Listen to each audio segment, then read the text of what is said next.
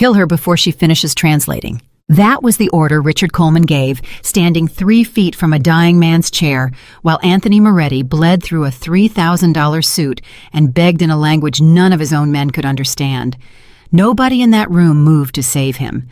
Nobody, except a 28-year-old waitress who wasn't even supposed to be in that private dining room, who heard her dead grandfather's dialect pouring out of a mafia boss's mouth, and who, in that single unthinkable moment, became the only person standing between Anthony Moretti and the men who wanted him gone. Before we go further, if this story is already pulling you in, hit subscribe and stay with me until the very end, and drop a comment telling me which city you're watching from tonight. I love seeing how far these stories travel. Now, let's begin. The private dining room at Sorrento's had always been the safest place in Chicago. No cameras, no outsiders, no mistakes. That was the rule Anthony Moretti had lived by for 20 years, and it was a rule that had never once failed him. Until tonight. He staggered through the heavy oak doors with one hand pressed against his side, blood soaking through the fabric of a $3,000 suit, his breathing sharp and uneven.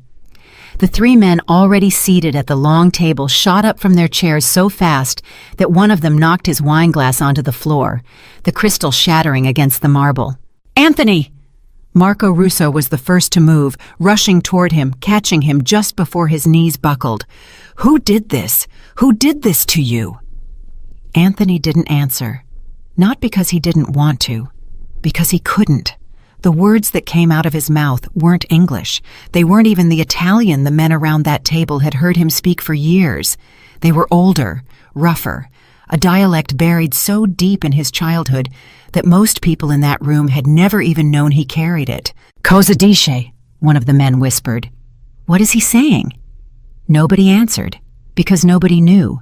Richard Coleman stood a few feet back from the chaos, his hands folded in front of him, his face arranged into something that looked, at first glance, like concern. He was a city councilman, respected, photographed, trusted by half of Chicago's elite. But his eyes weren't moving the way a frightened man's eyes move. They were calm, watching, measuring. "We need a doctor," Coleman said smoothly. "Someone call his people." "His people didn't do this," Marco snapped, lowering Anthony into a chair, pressing a cloth napkin hard against the wound. "Somebody set him up."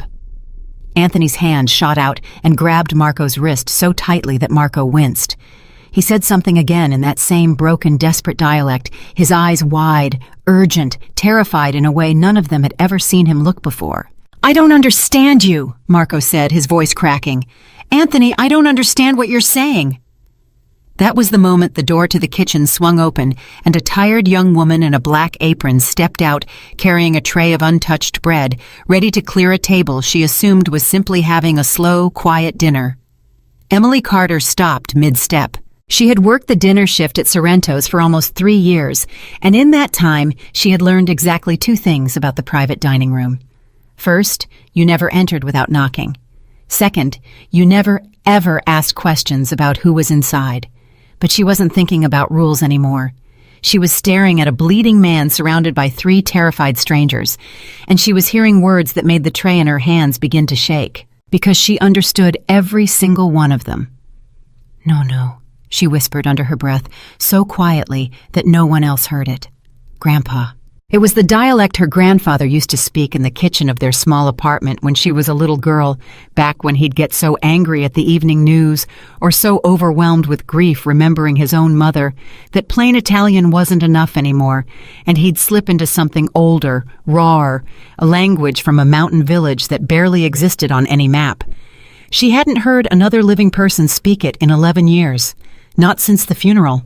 "Somebody help him get to a hospital," Coleman said, already turning toward the door, already trying to leave. "I'll make the call from outside." "Wait," Emily said. Every head in the room turned toward her at once. Marco's face twisted with something close to panic. "Get out of here. This isn't your business. Go back to the kitchen." "He's asking for water," Emily said, ignoring him completely, her eyes fixed on Anthony. "And he's saying someone poisoned the wine before the shooting. He's saying it wasn't just a gun." The room went dead silent. Anthony's head turned slowly toward her, blood loss making his vision swim. But even through the haze of pain, something in him sharpened, focused, locked onto her voice like a drowning man grabbing onto the only piece of driftwood in the ocean. Tu parli come mia madre, he rasped. You speak like my mother. Emily's hands were trembling now, the tray forgotten, sliding out of her grip and clattering onto a nearby table. My grandfather was from a village outside Enna, she said quietly. He talked like you when he was scared, or angry, or— Say something else, Marco demanded, stepping toward her, suspicion flooding his face. Prove it. Prove you're not one of them. Marco, Anthony croaked, his hand rising weakly in the air, a command even in his weakened state. Basta. Enough. Marco froze instantly. 20 years of loyalty didn't disappear just because a man was bleeding on a chair. If Anthony said stop, everyone stopped. Coleman, still hovering near the door, cleared his throat. We're wasting time. He needs a hospital, not a translator. Anthony's eyes cut toward him, and for just a fraction of a second, something flickered across his face that had nothing to do with pain. Something colder. Something that looked almost like recognition. He said one more sentence in the dialect, low, sharp, urgent, his fingers digging into Emily's wrist as she knelt beside him without even realizing she'd moved. Emily's face went pale. What did he say? Marco demanded. She looked up slowly, and when she spoke, her voice barely rose above a whisper. He says don't trust the man by the door. He says the man by the door knew before anyone pulled the trigger. Every eye in the room turned to Richard Coleman. For one long, suffocating moment, nobody moved. Coleman's jaw tightened. His hand, which had been resting casually near his jacket pocket, went still. That's insane, Coleman said, forcing a laugh that landed flat in the silence. The man's delirious from blood loss. You're going to take the word of a waitress who's making up a fairy tale in a dead language nobody can verify? I can verify it, came a voice from the doorway. An older man stepped into the room, one Emily had seen before only from a distance, refilling water glasses at tables she wasn't allowed near. His name, she would later learn, was Giuseppe, Anthony's driver for over 15 years, a man who had grown up 2 towns over from the same region Anthony's family came from. Giuseppe looked at Emily first, studying her face carefully, and then looked at Anthony. Lei dice la verità, Giuseppe said quietly. She's telling the truth. Coleman's expression cracked for just a heartbeat, a flash of something raw and furious beneath the polished politician's mask, before he smoothed it back into calm concern. This is absurd, he said, backing toward the door. I came here tonight to help. I'm leaving before I get blamed for something I had nothing to do with. Nobody said you did anything, Marco said slowly, his eyes narrowing, the pieces beginning to click together in his mind, even as his loyalty to logic warred with 20 years of trusting the wrong instincts. Why are you so eager to run? Coleman didn't answer. He simply turned and walked out, his footsteps echoing down the hallway, quick, controlled, deliberate. Nobody stopped him, not yet. Emily's heart was pounding so hard she could hear it in her own ears. This wasn't her world. She wasn't supposed to know these people's names, let alone understand the secrets bleeding out of a dying man's mouth in a language that belonged to her grandfather, to her childhood, to a life she'd left behind in a small apartment that smelled like garlic and old photographs. But Anthony's grip on her wrist hadn't loosened. Non andare, he whispered. Don't go. I'm not going anywhere, she heard herself say, and she meant it, even though every rational part of her brain was screaming that she needed to run in the opposite direction as fast as her legs would carry her. Marco knelt down on Anthony's other side, pressing harder against the wound, his voice tight with barely controlled panic. We can't call an ambulance. If word gets out he's hurt, if the wrong people find out he's weak, it won't just be him in danger. It'll be all of us. Then what do we do? One of the other men asked, his voice shaking. We move him, Marco said. Now, before Coleman decides to make a phone call of his own. Emily's stomach dropped. Move him where? Somewhere quiet, Marco said, looking at her with an expression that was no longer suspicious, but calculating in a different way now. And you're coming with us. What? No, I have a shift. He won't let go of your hand, Marco said flatly. nodding toward Anthony's white-knuckled grip on her wrist.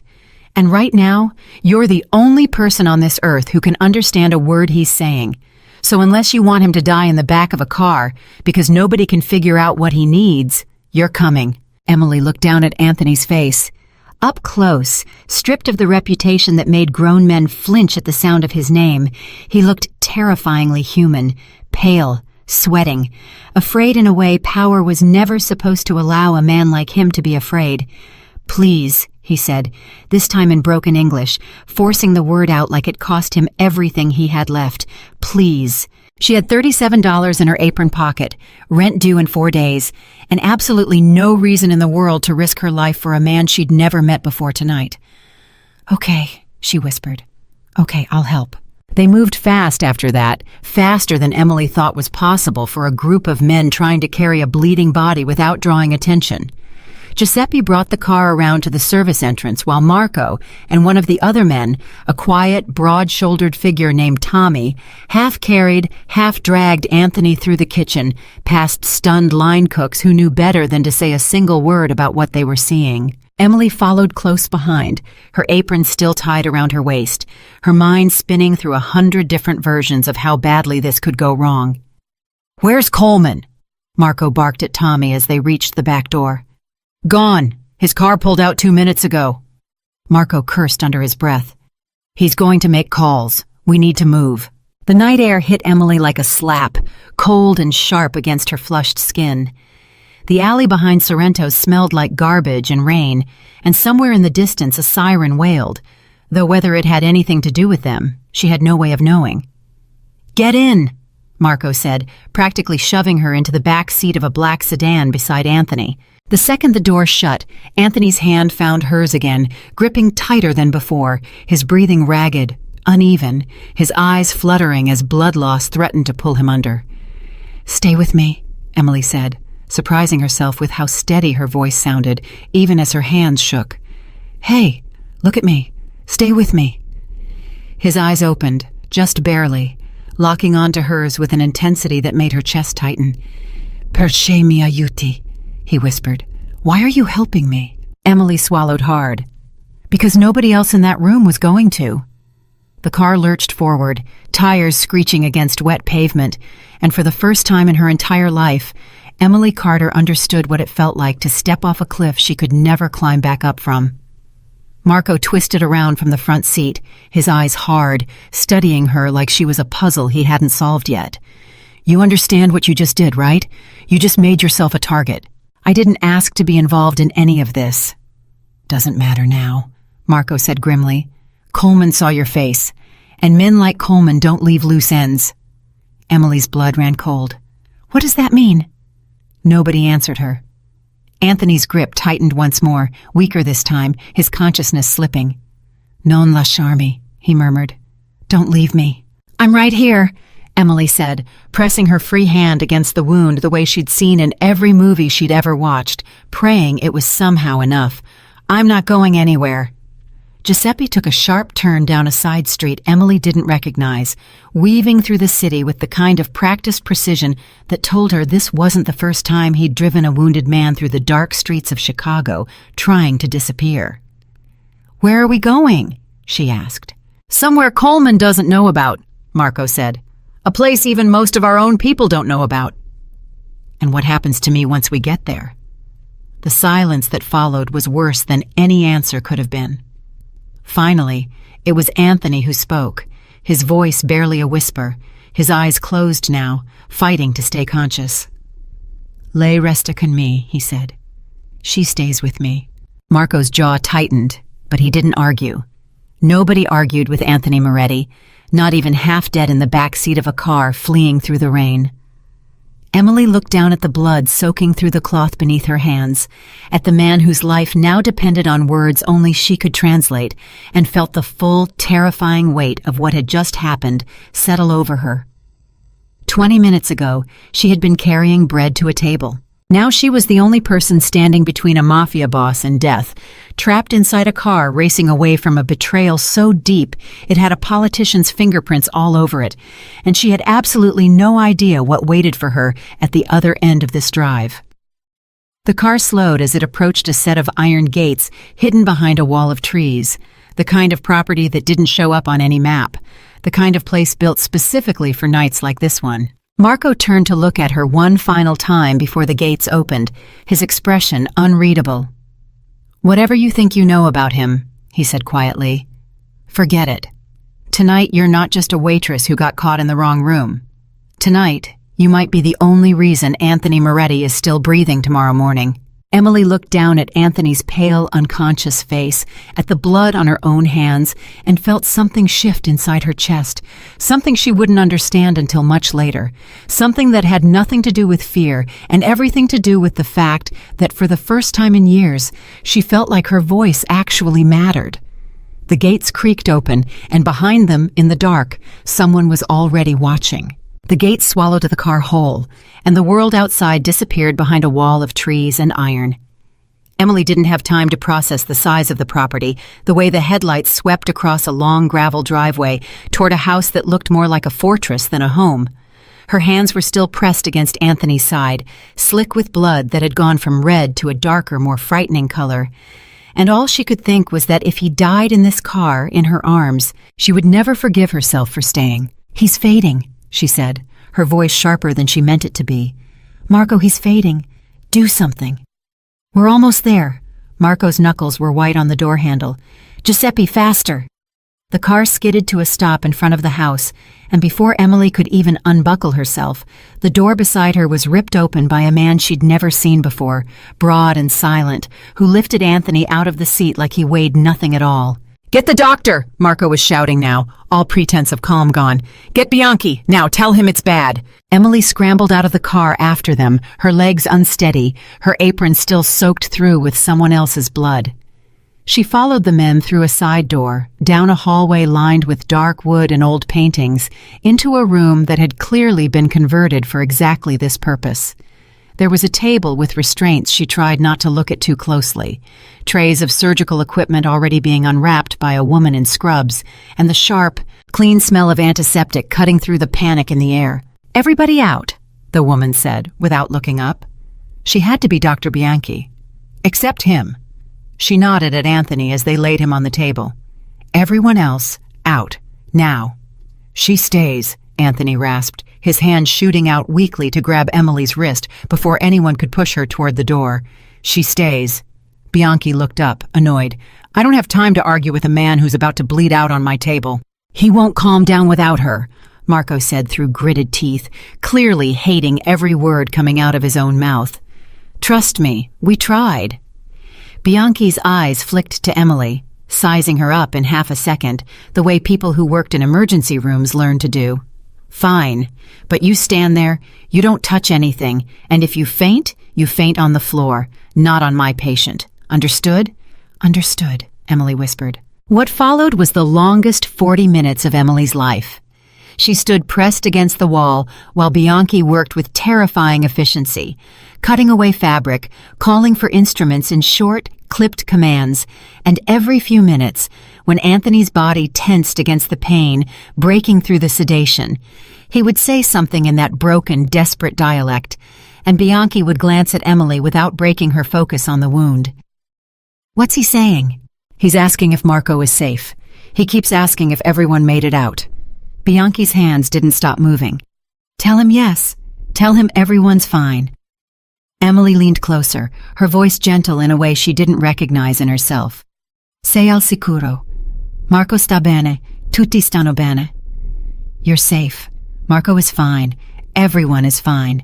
Anthony's body relaxed slightly, just enough for Bianchi to keep working, and Emily realized in that moment that her voice, the sound of a language she hadn't spoken since her grandfather's funeral, was the only thing keeping a dangerous man's heart rate from spiraling into something Bianchi couldn't fix. By the time Bianchi finally stepped back, peeling off bloody gloves and exhaling for what looked like the first time in half an hour, Anthony was unconscious but stable, his breathing even, the machine beside the table beeping in a steady, reassuring rhythm. "He'll live," Bianchi said flatly. "Bullet missed anything that mattered. He's lucky, or she's lucky." She nodded toward Emily. Whoever kept him calm enough not to bleed out from panic alone. Marco, who had been pacing outside the door for the entire 40 minutes, finally stepped back in, his eyes immediately going to Anthony's chest, watching it rise and fall like he needed to see it with his own eyes to believe it. "He's going to be okay," Emily said quietly. Marco didn't look at her right away. When he finally did, his expression wasn't grateful. It was calculating, sharp, the way a man looks at a stranger who suddenly knows far too much. "Come with me," he said. "I should go home. I have a shift tomorrow. My roommate's probably worried. I need to—" "Come with me," Marco repeated, and this time it wasn't a request. He led her down the hallway into a smaller room, a study filled with books that looked like they'd never been read, and a desk that looked like it had seen 100 conversations Emily was better off not knowing about. He shut the door behind them and gestured for her to sit. She didn't. "Who are you?" he asked. "I'm a waitress. I told you that already." Nobody just happens to understand a dialect from a mountain village in Sicily that maybe 200 people alive still speak, Marco said, his voice low and even, more dangerous than shouting would have been. "So I'm going to ask you again. Who are you, and who sent you?" Emily's temper, buried under hours of fear, finally cracked. "Nobody sent me. I was working my shift, refilling water glasses, and then I heard a man screaming for his life in the only language my grandfather ever used when he was falling apart, and I couldn't just stand there and pretend I didn't understand him. That's it. That's the whole story. I don't know you, I don't know Coleman, I don't know anything about whatever world you people live in, and frankly, I'd like to go back to not knowing." Marco studied her for a long moment, his jaw tight. "You understand what you heard tonight could get you killed." "I'm starting to get that impression, yes." "Coleman is not a man who leaves witnesses," Marco said. "He spent 15 years building a reputation as one of the most trusted men in this city. Tonight, in front of 4 people, you called that reputation a lie. He's not going to forget your face." Emily felt the blood drain from her own face. "So what am I supposed to do? I can't just disappear. I have a life, a rent payment, a roommate who's probably already texting me asking where I am." As if summoned by the thought, her phone buzzed in her apron pocket, the vibration loud in the tense silence of the study. Marco's eyes snapped to it immediately. "Don't answer that. It's probably just my roommate. Don't. Answer that." Emily pulled the phone out anyway, her thumb hovering over the screen. 3 missed calls from Jenna, her roommate, and 1 text that made her stomach twist. "Where are you? Some guy came by asking about you, said he was a friend of a customer from the restaurant. Weird vibe. You good?" She turned the phone around so Marco could see it. His expression didn't change, but something in his eyes went very still, very cold. "That was fast," he muttered. "Fast for what?" "For Coleman to already have someone at your apartment." Marco pulled out his own phone, dialing a number with quick, practiced fingers. "Tommy, I need eyes on an address now." Emily's hands were shaking as she gave Marco her apartment address, every part of her screaming that this couldn't be real, that 12 hours ago her biggest problem had been whether she could afford to fix her car's broken taillight before it got her pulled over. "Jenna's not involved in any of this," Emily said, her voice cracking. "She doesn't know anything. She's not part of your world. She's just my roommate. Please." "Nobody's going to touch your roommate," Marco said, though his voice lacked the certainty Emily desperately needed to hear. "Tommy's good. He'll get eyes on the building before anything happens." "Before anything happens? You don't know that nothing's already happened." Marco didn't answer that, which was somehow worse than if he had. It was nearly 20 minutes later, 20 minutes that felt like 20 years, before Marco's phone buzzed with a return call. Emily watched his face as he listened, trying to read every flicker of expression for good news or bad. "Talk to me," Marco said. Emily couldn't hear the other end of the call, but she watched Marco's shoulders drop half an inch, just enough tension releasing that she allowed herself to breathe again. "Jenna's fine," Marco said, covering the phone with his hand. "Tommy says a man matching Coleman's description of an associate showed up, asked a few questions, left, no threats made directly, but he took a photo of the building." "A photo?" Emily's stomach twisted violently. "Why would he need a photo?" "Because Coleman's not stupid," Marco said grimly. "He's not going to make a move tonight. Not with witnesses everywhere, and his name already whispered in a room full of people who don't trust him anymore. He's establishing what he needs in case he decides he has to act later. In case he decides to what? Kill me? Marco didn't sugarcoat it. Yes. Emily sat down hard in the chair she'd refused to take earlier, her legs suddenly unable to hold her weight. Everything in her body wanted to scream, to cry, to run out the front door and keep running until she reached somewhere that had never heard the name Anthony Moretti. But another part of her, a part she didn't fully recognize yet, was thinking about the sound of Anthony's voice in that dialect, about the way he'd said, "Don't leave me," like it was the only thing standing between him and total darkness. "I can't go home," she said quietly. "No," Marco agreed. "Not tonight. Maybe not for a while." "And Jenna?" "We'll have someone keep an eye on the building, discreetly. She won't even know it's happening." Emily buried her face in her hands, and for a moment, just a moment, she let herself feel the full, crushing weight of everything that had happened in the last 4 hours. A gunshot. A dying man. A language she thought she'd buried with her grandfather. A politician's cold, calculating smile as he walked out a door, already planning his next move. "Why me?" she whispered. "Why did this have to be me?" Marco was quiet for a long moment, and when he spoke again, his voice had lost some of its earlier edge. "You want the truth? I don't know. Maybe it's just bad luck. Wrong shift, wrong table, wrong language buried in your family history." He paused. "Or maybe Anthony's right, and some things happen exactly the way they're supposed to." "What does that mean?" "It means he trusts you," Marco said, like the words tasted strange in his mouth.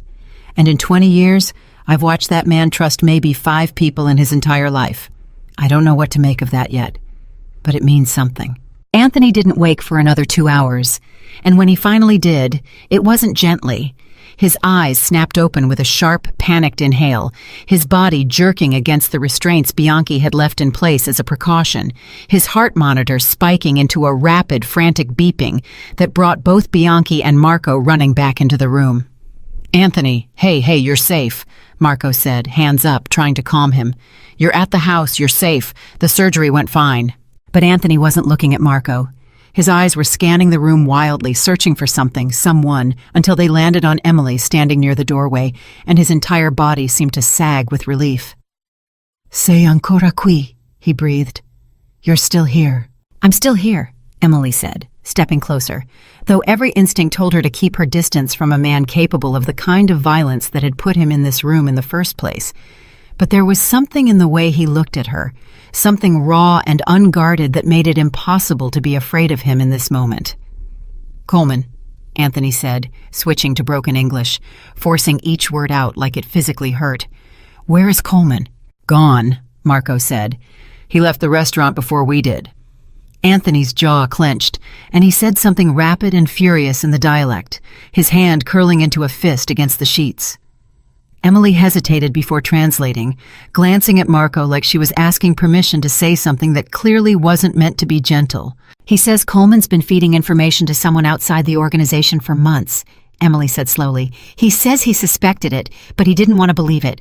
He says the wine was poisoned before it ever reached the table, which means someone inside the restaurant staff was working with Coleman." The room went silent. Marco's face drained of color. "Someone on the inside," he repeated. "At Sorrento's.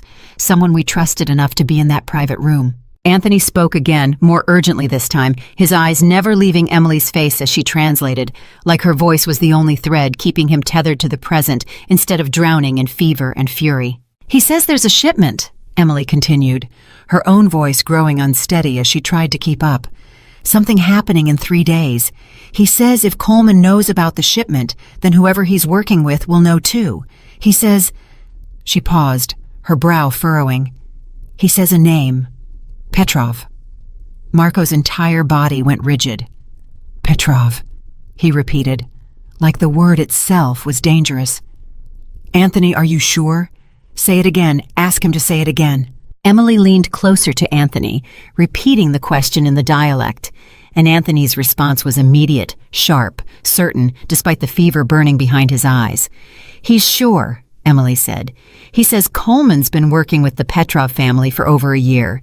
He says that's who ordered the hit tonight, and Coleman was the one who told them exactly when and where to find him alone." Marco turned away from the bed, running a hand through his hair, pacing in a tight, agitated circle. The Petrovs. God, if the Petrovs are involved, this isn't just about tonight. This is about the entire West Side operation. This is about everything we've built for the last decade.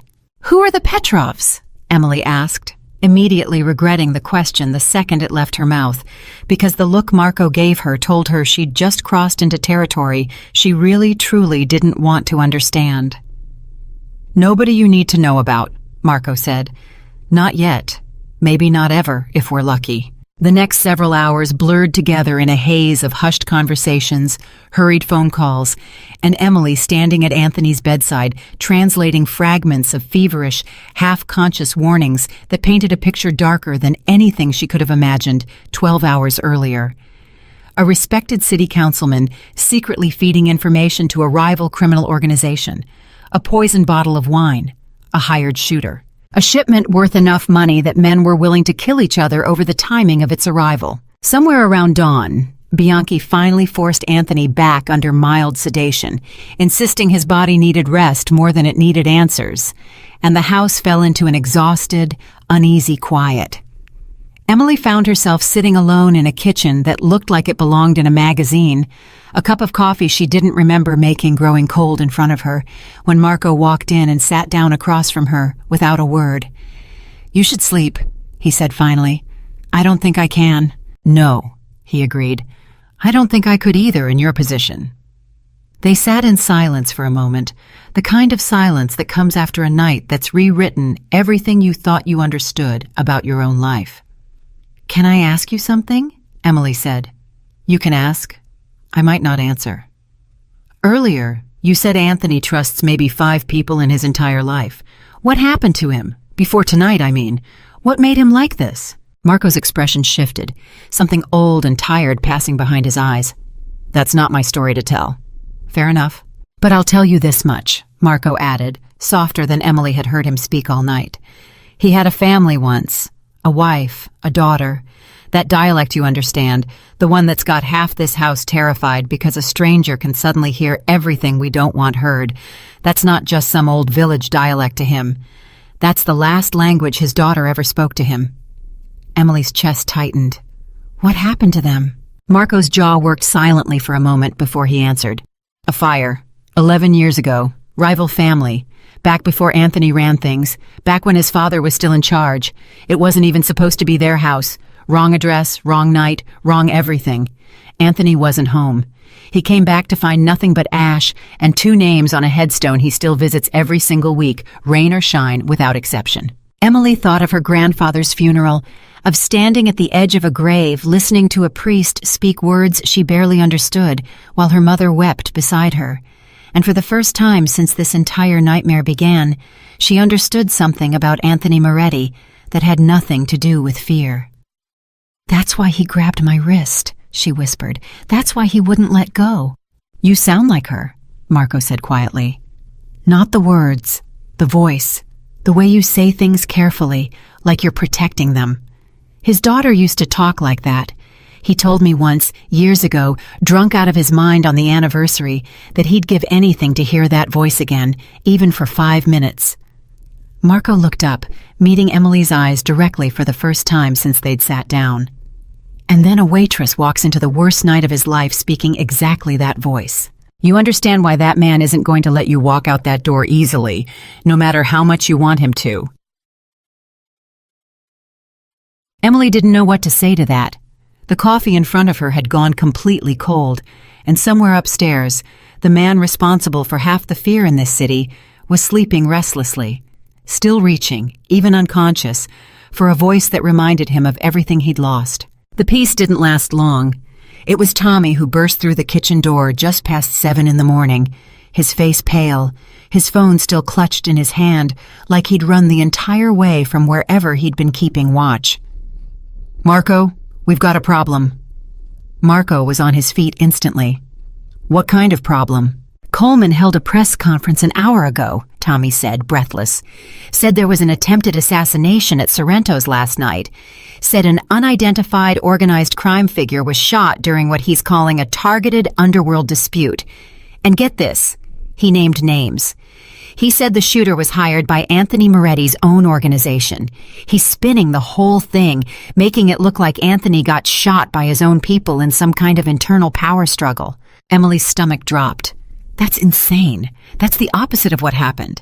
Doesn't matter what actually happened, Marco said grimly, already dialing his phone. Matters what the story is before anyone else gets to tell it. Coleman's controlling the narrative before we've even had time to figure out our own next move.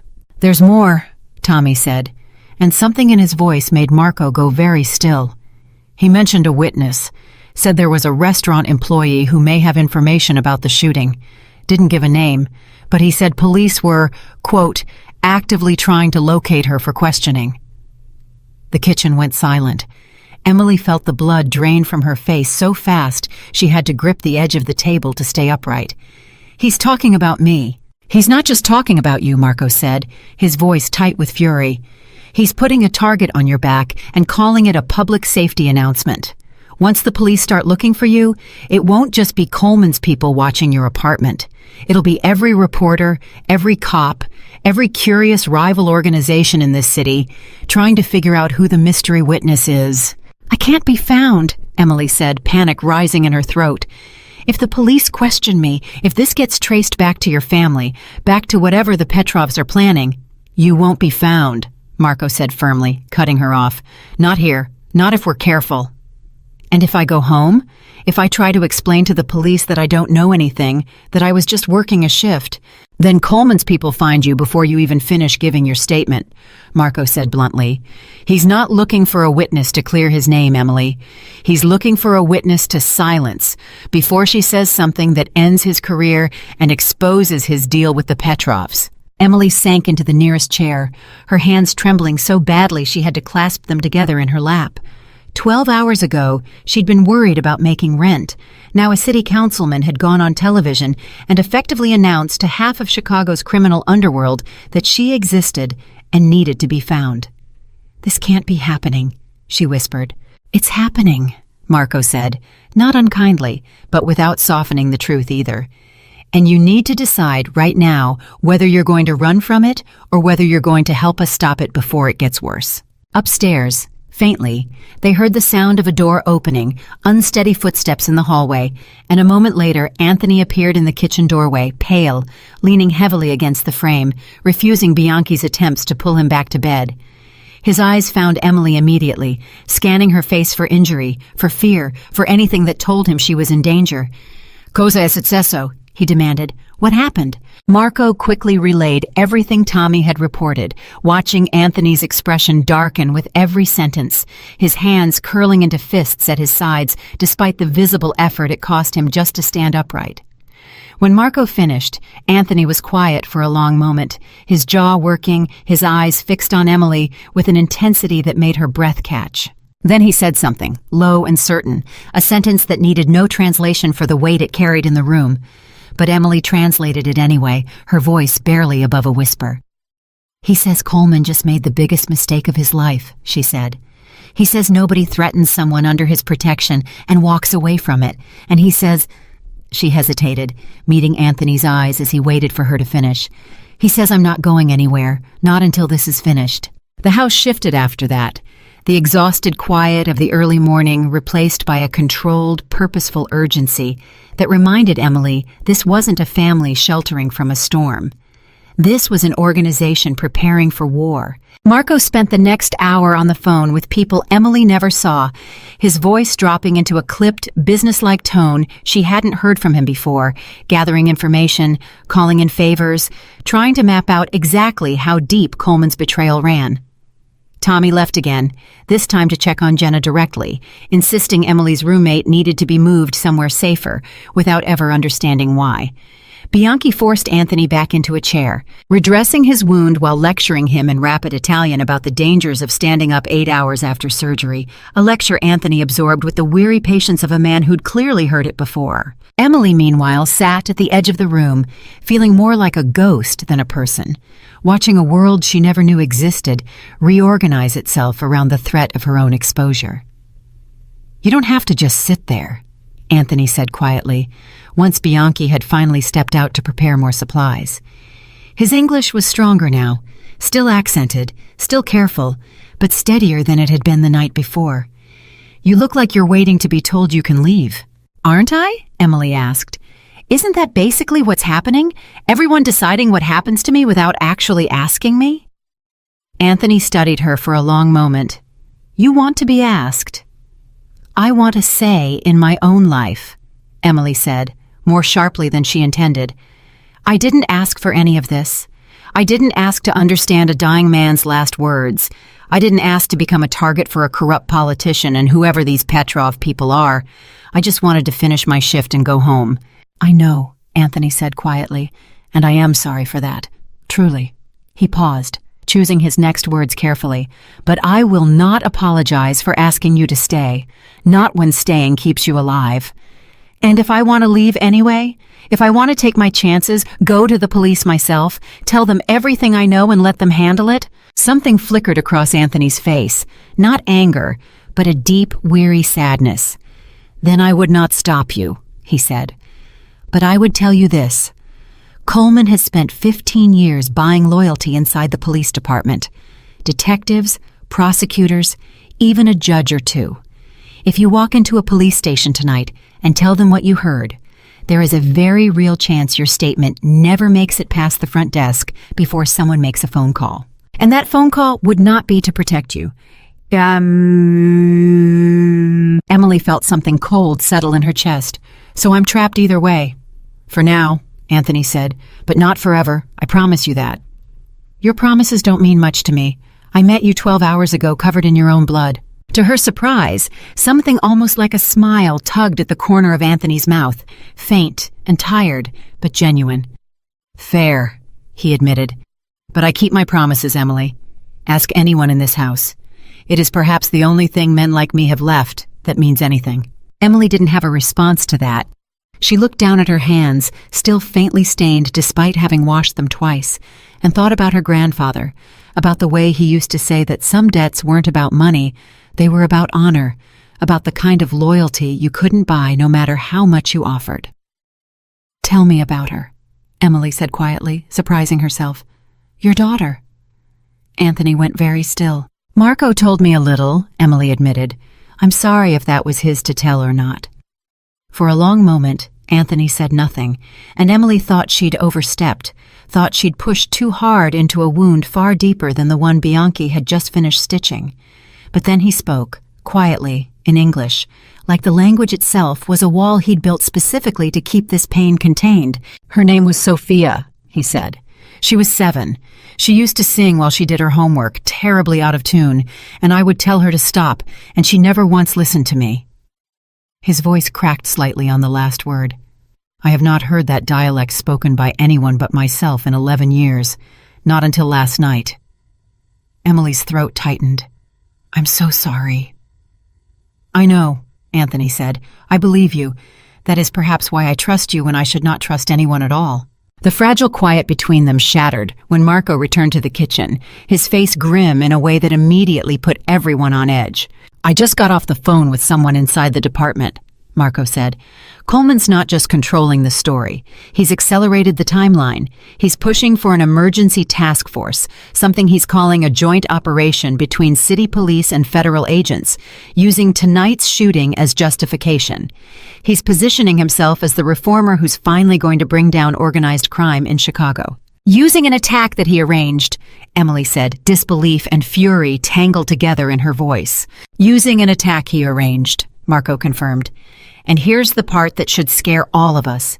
If this task force gets approved, if federal agents start digging into Anthony's operation, with Coleman feeding them selective information, they're not just going to find crimes. They're going to find exactly what Coleman wants them to find, framed exactly the way he wants it framed. He's not trying to destroy us with bullets anymore. He's trying to destroy us with headlines and warrants." Anthony's expression darkened, his hands gripping the arms of the chair hard enough that his knuckles went white. He said something low and furious in the dialect, and Emily didn't need to fully translate it to understand the rage behind it, but she did anyway, her voice steady despite the tension crackling through the room. "He says Coleman spent years building trust just to burn it all in one night," Emily said. "He says a man who would poison a bottle of wine to kill someone in front of witnesses and then twist the story on television before the blood even dries is not a politician anymore. He's something else entirely." "What does he want to do?" Emily asked, though some part of her already suspected the answer. Marco's eyes flicked toward Anthony, waiting for permission before he spoke, and Anthony gave a small, tired nod. "For now, nothing rash," Marco said. "Anthony's rule has always been the same. You don't fight a war you can't win, and right now, going after Coleman directly, especially with federal eyes about to turn toward us, would be exactly the mistake he's hoping we make. We need proof. Real proof. Something that ties him directly to the Petrovs, to the poison, to the shooting. Something undeniable enough that it doesn't matter how many favors he's called in." "And how exactly do you plan on getting that?" Emily asked. Marco's eyes shifted toward her, something calculating and careful behind them, and for the first time, Emily understood that the question hanging in the air wasn't really about Marco's plan at all. It was about her. "Coleman thinks the witness he's hunting is hiding somewhere terrified, waiting to be found," Marco said slowly. "He doesn't know she's sitting in a kitchen right now, understanding every single word we've said about him for the last 12 hours. Emily's stomach dropped. "No, absolutely not. Whatever you're about to suggest, the answer is no." "I haven't suggested anything yet," Marco said, though the look on his face suggested he already had, and was simply waiting for the right moment to say it out loud. Anthony shifted in his chair, wincing slightly at the movement, his eyes never leaving Emily's face. "Nobody will force you into anything," he said quietly. "Not in this house, not while I am alive to say otherwise." "But?" Emily asked, hearing the unspoken word hanging at the end of his sentence. Anthony's expression was unreadable, caught somewhere between gratitude and something that looked almost like guilt. "But we have very little time," he admitted, "and you may be the only person in this entire city that Richard Coleman does not know is watching him." Outside, the morning light had fully broken over the estate, cutting harsh and bright through the kitchen windows, illuminating the exhaustion etched into every face at that table.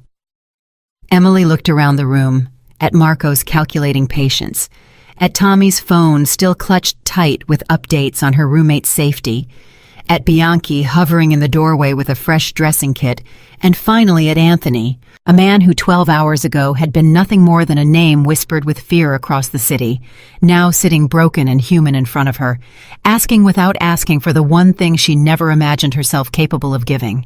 "If I do this," Emily said slowly, her voice steadier than she felt, "if I help you get proof against Coleman, I need to know my roommate stays safe. I need to know this ends with him exposed, not with more people bleeding in private dining rooms." "You have my word," Anthony said. "Your word," Emily repeated, and something in her voice was almost bitter. 12 hours ago, your word meant nothing to me. And now? Emily looked at him for a long moment, at the man who had begged in a dead language for her not to leave him, who had shared the name of his daughter like it cost him blood to say it out loud, who had promised without hesitation that no one would force her into anything, even as the entire weight of his organization leaned toward exactly that outcome. "Now," she said quietly, "I think it might mean something after all." Marco exhaled slowly, some of the tension leaving his shoulders for the first time since Tommy had burst through the door with news of Coleman's press conference. "Then we need a plan," he said, "and we need it fast, because Coleman isn't going to wait around for us to catch up to him." "What kind of plan?" Emily asked. Marco's eyes moved toward the window, toward the city skyline barely visible in the distance, toward a man somewhere out there who believed he'd already won, who thought the only witness against him was a frightened woman hiding somewhere terrified, waiting to be found. "The kind," Marco said grimly, "that Richard Coleman never sees coming." Marco laid a folder on the kitchen table, thin, unmarked, the kind of folder that could ruin a man's entire life if it fell into the right hands.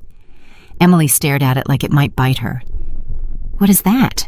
"Everything we have on Coleman so far," Marco said, "which isn't much. financial records that look clean on paper, campaign donations that don't quite add up if you know where to look, a pattern of votes that always seem to benefit certain shipping contracts on the West Side. He tapped the folder. None of it proves anything on its own. It's smoke. We need fire. Anthony, still pale but sitting straighter now than he had an hour earlier, leaned forward despite Bianchi's warning glare from the doorway. Tell her the rest. Marco hesitated, and that hesitation alone made Emily's stomach twist. There's a gala, Marco said finally. 3 nights from now. Coleman's people are calling it a charity fundraiser, but really it's a launch event. He's announcing his campaign for state senate. Half the city's elite will be there. Judges, donors, police brass. A few faces even we don't have names for yet. Okay, Emily said slowly.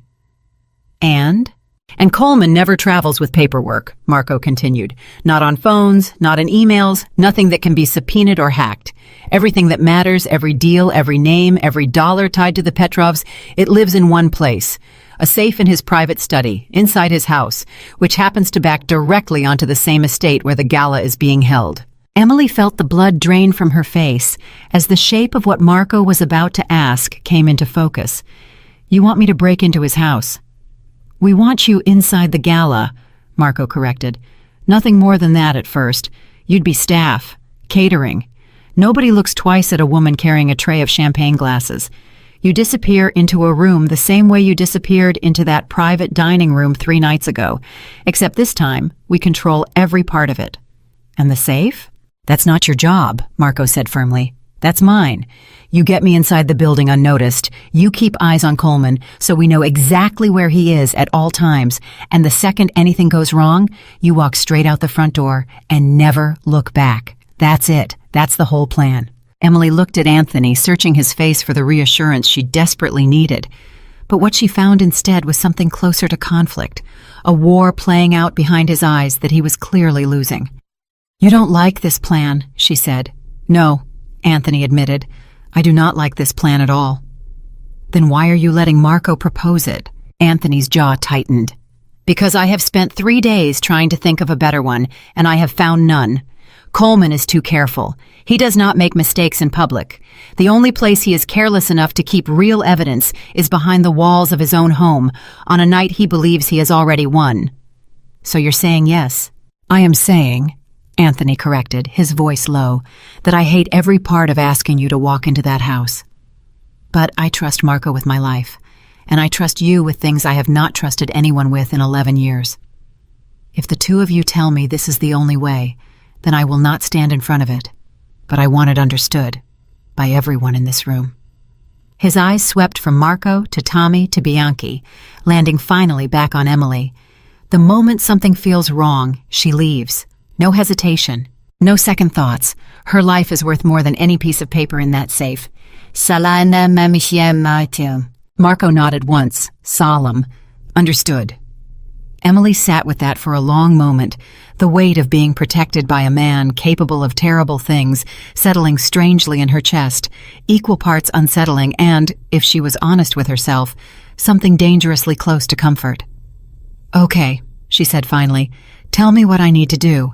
The next 2 days blurred into something Emily never could have imagined for herself. Marco drilled her on Coleman's schedule, his habits, the layout of his estate pulled from old blueprints and photographs Emily didn't ask too many questions about.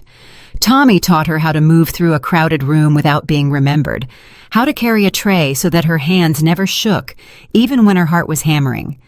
Bianchi, of all people, taught her how to apply enough makeup to hide 3 sleepless nights under her eyes, and Anthony watched all of it from a chair he still wasn't supposed to be sitting in, saying very little, his eyes tracking Emily's every movement, like a man committing something precious to memory in case he never saw it again. You don't have to watch, Emily told him on the second night, catching him alone in the kitchen long after everyone else had gone to bed. I know, he said. Then why do you?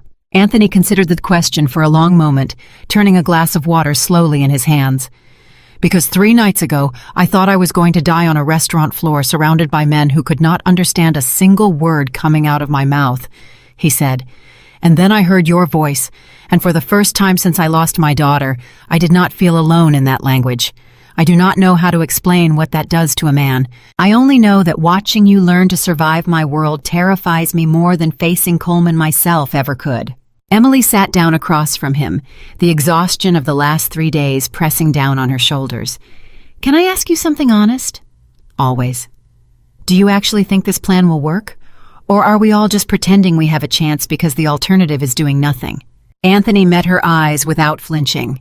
"I think," he said slowly, "that Coleman has spent 15 years believing no one would ever be foolish enough or brave enough to look for proof inside his own home.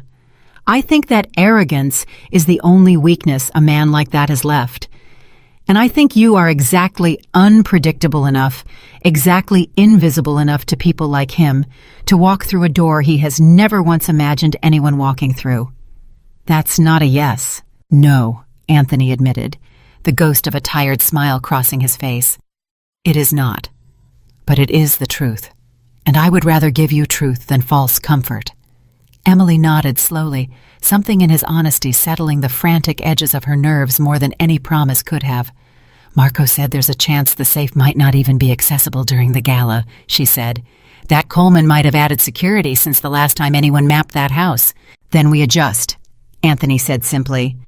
"But we do not go in unprepared, and we do not go in without a way out for you that does not depend on anything going perfectly. Nothing in this life ever goes perfectly, Emily. The only thing that matters is having somewhere safe to run when it does not."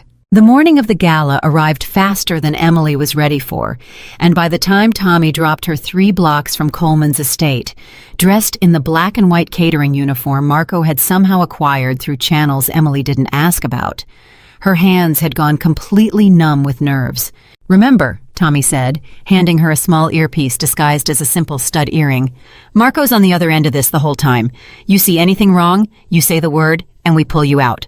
Doesn't matter what stage the plan is at. Doesn't matter what Coleman's doing. You say the word, we move." "What's the word?" "Grandfather," Tommy said. "Anthony picked it. Said it would be the one word you'd never say by accident."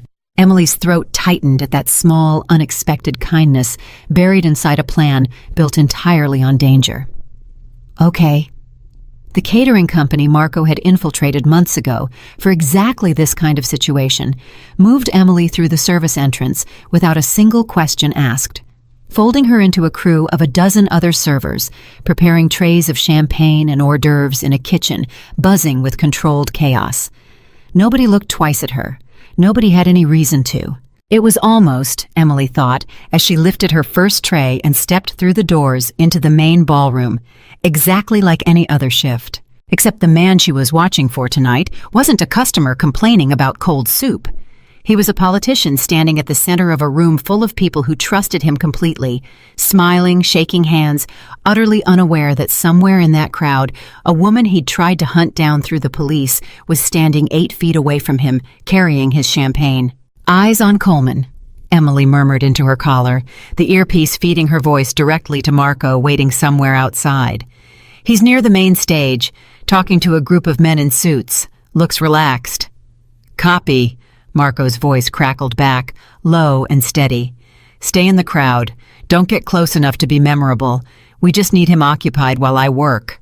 Emily moved through the room exactly as Tommy had taught her, offering trays, refilling glasses, disappearing into the background the way she disappeared into 1,000 shifts at Sorrento's, invisible in the way only service workers ever truly are to the wealthy.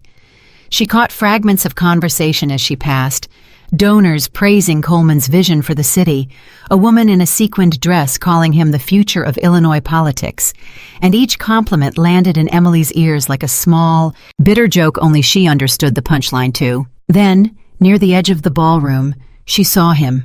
Not Coleman. A face she recognized from Sorrento's, one of the line cooks who'd worked the kitchen alongside her for the better part of a year, standing near a side door in a suit that didn't belong to catering staff, speaking quietly into a phone with an expression Emily had never once seen on him during their hundreds of shared shifts. Her blood went cold. "Marco," she whispered, turning her tray slightly, angling her body away from his line of sight. "I think I found our inside man." "Talk to me," Marco said immediately, his voice sharpening through the earpiece. "Danny, From Sorrento's kitchen. He's here, and he's not wearing catering clothes, and he's on the phone looking like he's about to have a heart attack. Emily kept her voice barely above a breath, her eyes fixed on a tray of canapes like her entire world depended on their perfect arrangement. "Marco, this can't be a coincidence." "It's not," Marco said grimly. "Danny's been on our radar for 2 days. We just couldn't confirm it until now. Stay away from him. If he recognizes you, this whole operation falls apart in about 10 seconds. "Too late for that," Emily breathed, panic spiking through her chest as Danny's eyes swept across the room and landed, for one horrifying second, directly on her face. He froze. Emily forced herself to keep moving, to keep her expression perfectly blank, praying that 3 days of exhaustion and makeup had changed her appearance enough that recognition would take a beat longer than instinct. It didn't. "Emily?" Danny's voice cut through the ambient noise of the gala, not loud, but sharp enough that the two people standing nearest him turned their heads. Emily's entire body went rigid. "Say the word." Marco's voice was urgent in her ear now. "Emily, if he's made you, say the word right now." She didn't say it. Not yet. Some instinct, reckless and desperate, told her that running now would confirm every suspicion Danny might have, would turn a moment of uncertain recognition into a certainty that could reach Coleman within minutes. Instead, she turned toward him, forcing a smile onto her face that felt like it might crack the moment it formed. "I'm sorry. Do I know you?" Danny's brow furrowed, uncertainty flickering behind his eyes. "You look exactly like a girl I used to work with.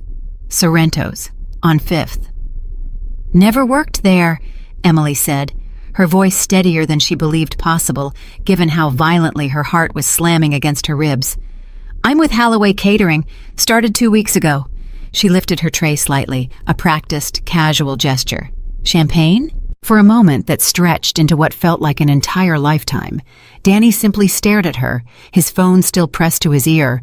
Whoever was on the other end waiting for an answer, he clearly wasn't giving. Then slowly his expression relaxed.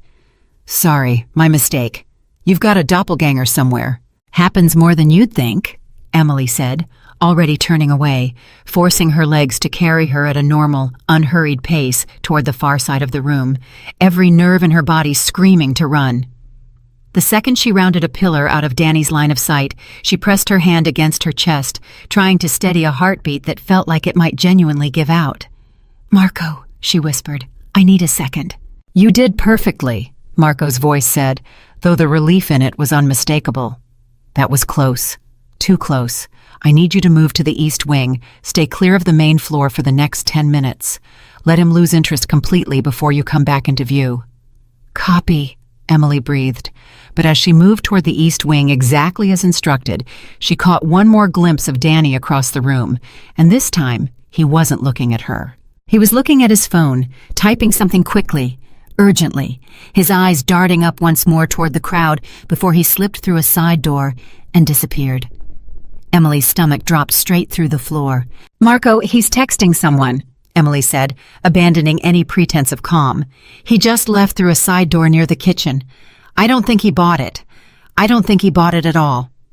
There was a beat of silence on the other end of the line, and in that silence, Emily could practically hear Marco recalculating every piece of the plan they'd spent 2 days building.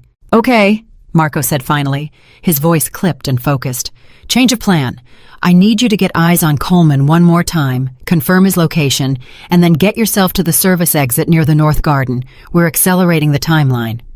"What about the safe?"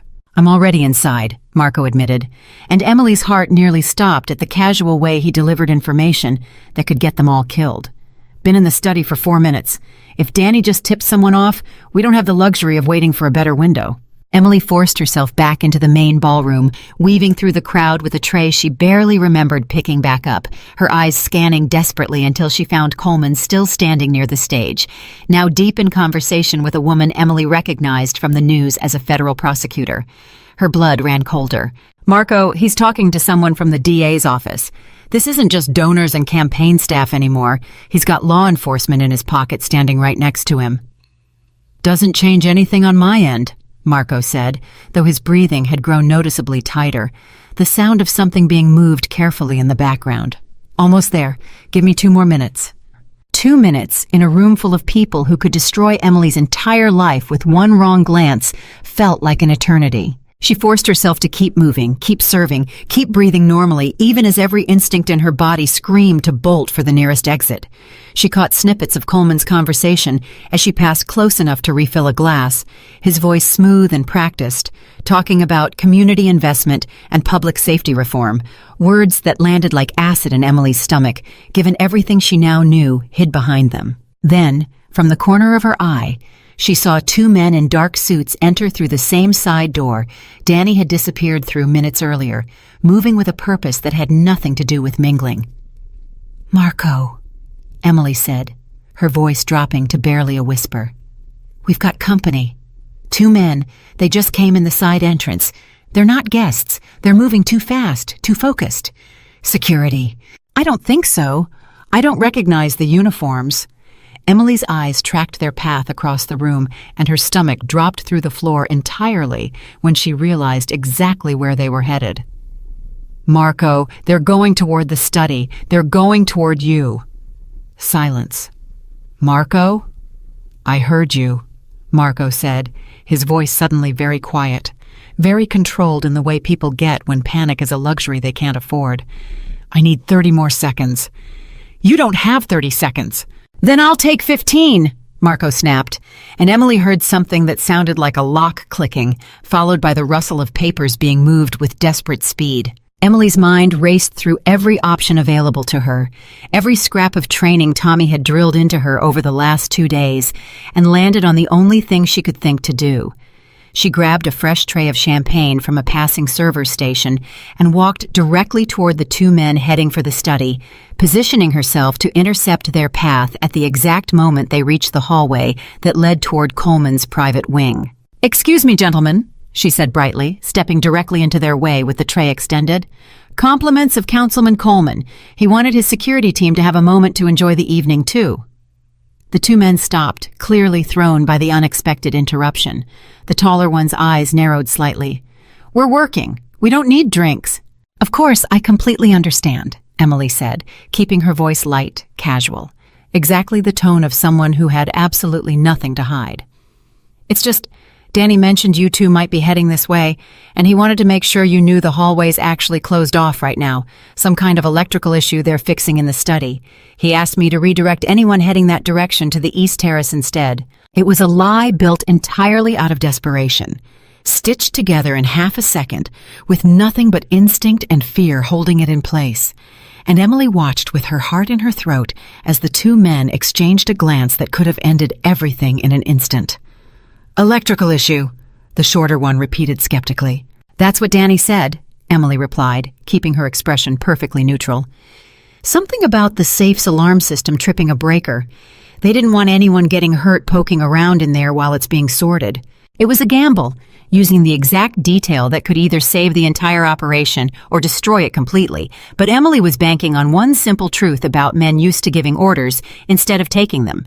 Nobody wants to be the one who walks into a room during an active electrical problem and explains later why they ignored a direct warning. The taller man's radio crackled at his hip, and for one horrifying second Emily thought it might be Danny, confirming or denying everything she'd just said. But it was only static, a routine check from another part of the property, and in the small window of distraction it provided, the shorter man finally shrugged. "Fine. East Terrace. Whatever." He looked at Emily one more time, something faintly assessing in his gaze that made her skin crawl. "You're new." "Started 2 weeks ago," Emily said, echoing the same lie she'd told Danny minutes earlier, praying it held up under a second round of scrutiny.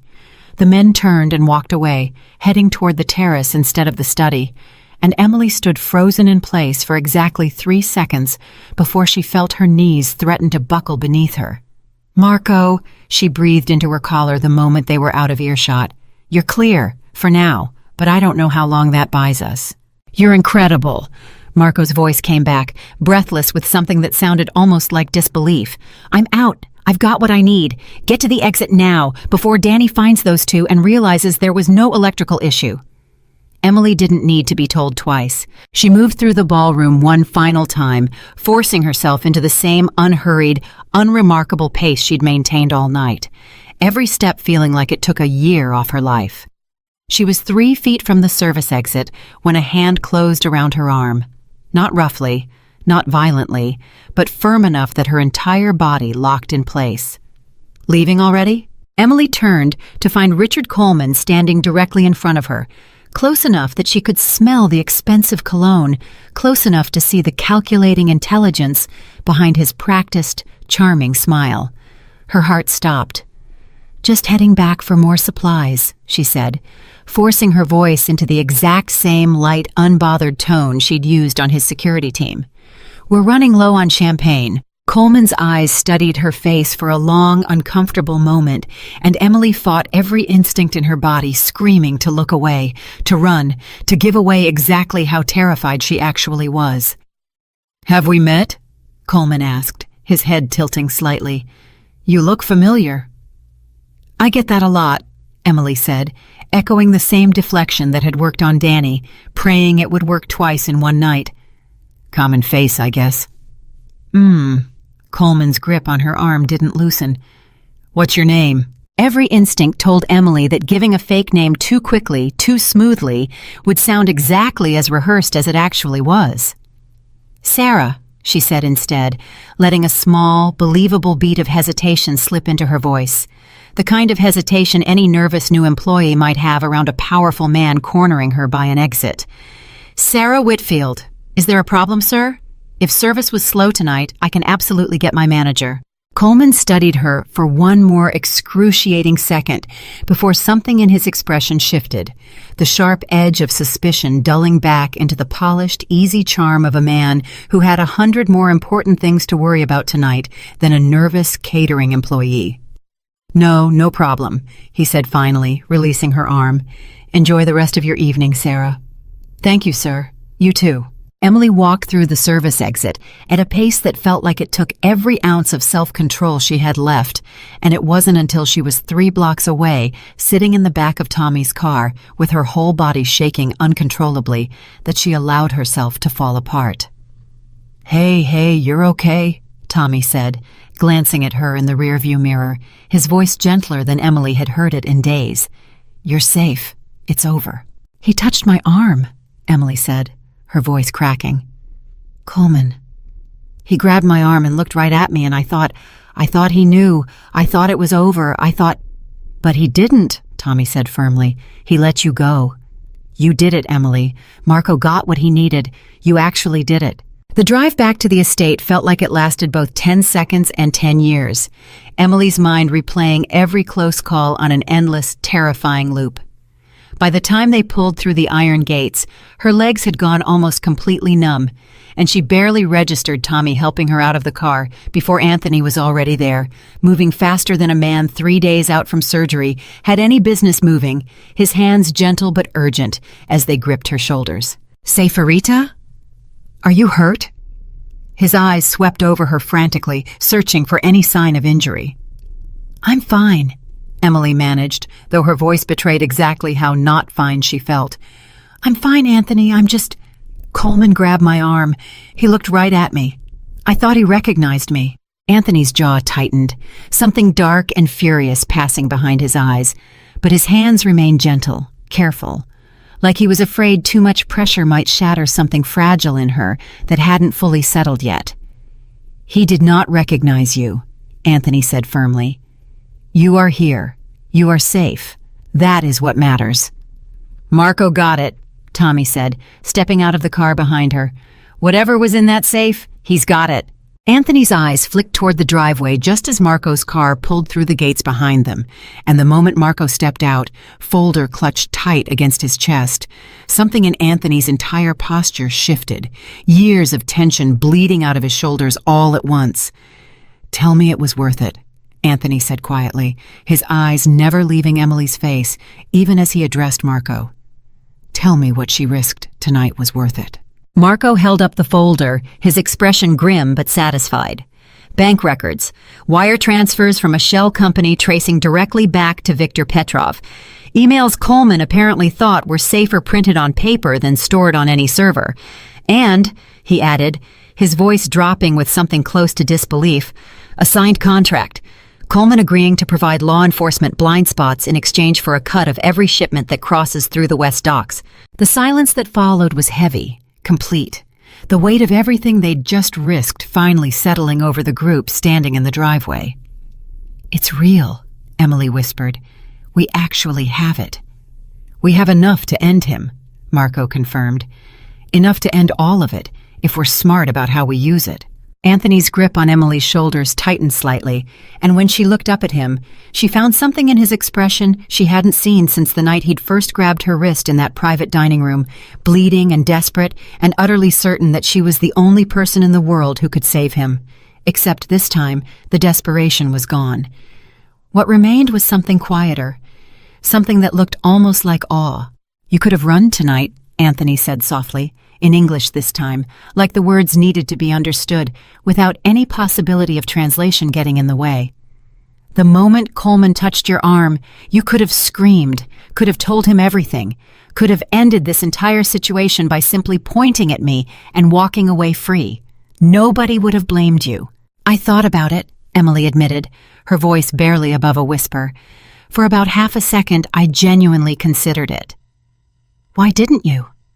Emily looked at him for a long moment, at the man who had begged her not to leave him in a language that belonged to a daughter he'd buried 11 years ago, at the promise he'd made and somehow, impossibly, kept. "Because you kept your word," she said simply. "And I realized I wanted to keep mine too." But the relief in this driveway didn't last long. Marco's phone buzzed sharply in his pocket, and the moment he checked the screen, his expression shifted into something urgent, something that killed the fragile celebration forming among them. "It's Danny," he said, staring at the screen. "He's calling. Right now." "Don't answer it," Tommy said immediately. "If I don't answer, he knows something's wrong," Marco said, already pressing the phone to his ear before anyone could argue further. "Yeah?" Emily watched Marco's face carefully as he listened, watched the color drain slowly from his expression, watched his free hand curl into a fist at his side. "When?" Marco asked, his voice suddenly very tight. "How long ago?"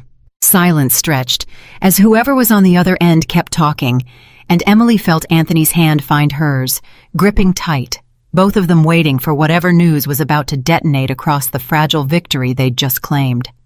Marco finally lowered the phone, his face pale, his jaw set in a hard, grim line. "They found the empty safe," Marco said. "About 10 minutes ago. Coleman knows someone got in." "Does he know who?" Anthony demanded. "Not yet," Marco said. But Danny gave him a description of the new catering girl who redirected his security team away from the study right before it happened. His eyes moved slowly to Emily, and what she saw in them wasn't accusation. It was fear, real and immediate. "Emily, Coleman's putting together the pieces right now. It's only a matter of time before he connects Sarah Whitfield from tonight to the missing waitress from Sorrento's." Emily's blood turned to ice. "How much time?" she whispered. Marco's phone buzzed again, another message this time, and whatever appeared on the screen made his face go even paler than before. "I don't think we have any," he said quietly. "Danny just sent a photo, security footage from the gala. Someone already pulled a still frame of your face, and it's being circulated right now to every one of Coleman's people across the city." Anthony's hand tightened around Emily's, his voice dropping into something low, controlled, but absolutely unshakable. "Then we move faster than they do," he said, "because I did not survive that restaurant, and you did not walk into that gala tonight for either of us to lose everything in the final hour." Behind them, the iron gates that had felt like safety only moments earlier suddenly seemed thinner than paper, and somewhere out there in the dark, sprawling city, Richard Coleman was no longer hunting a nameless witness. He was hunting Emily Carter, by name, by face, and by every resource his 15 years of buried loyalty could still command. Nobody moved for a full 3 seconds after Marco said the words. Then everything moved at once. "Inside!" Anthony barked, his voice cutting through the frozen driveway like a blade, all traces of the tired, grateful man from a moment ago gone, replaced by something harder, sharper, a man who had run an empire through instinct, honed over 20 years of exactly this kind of moment.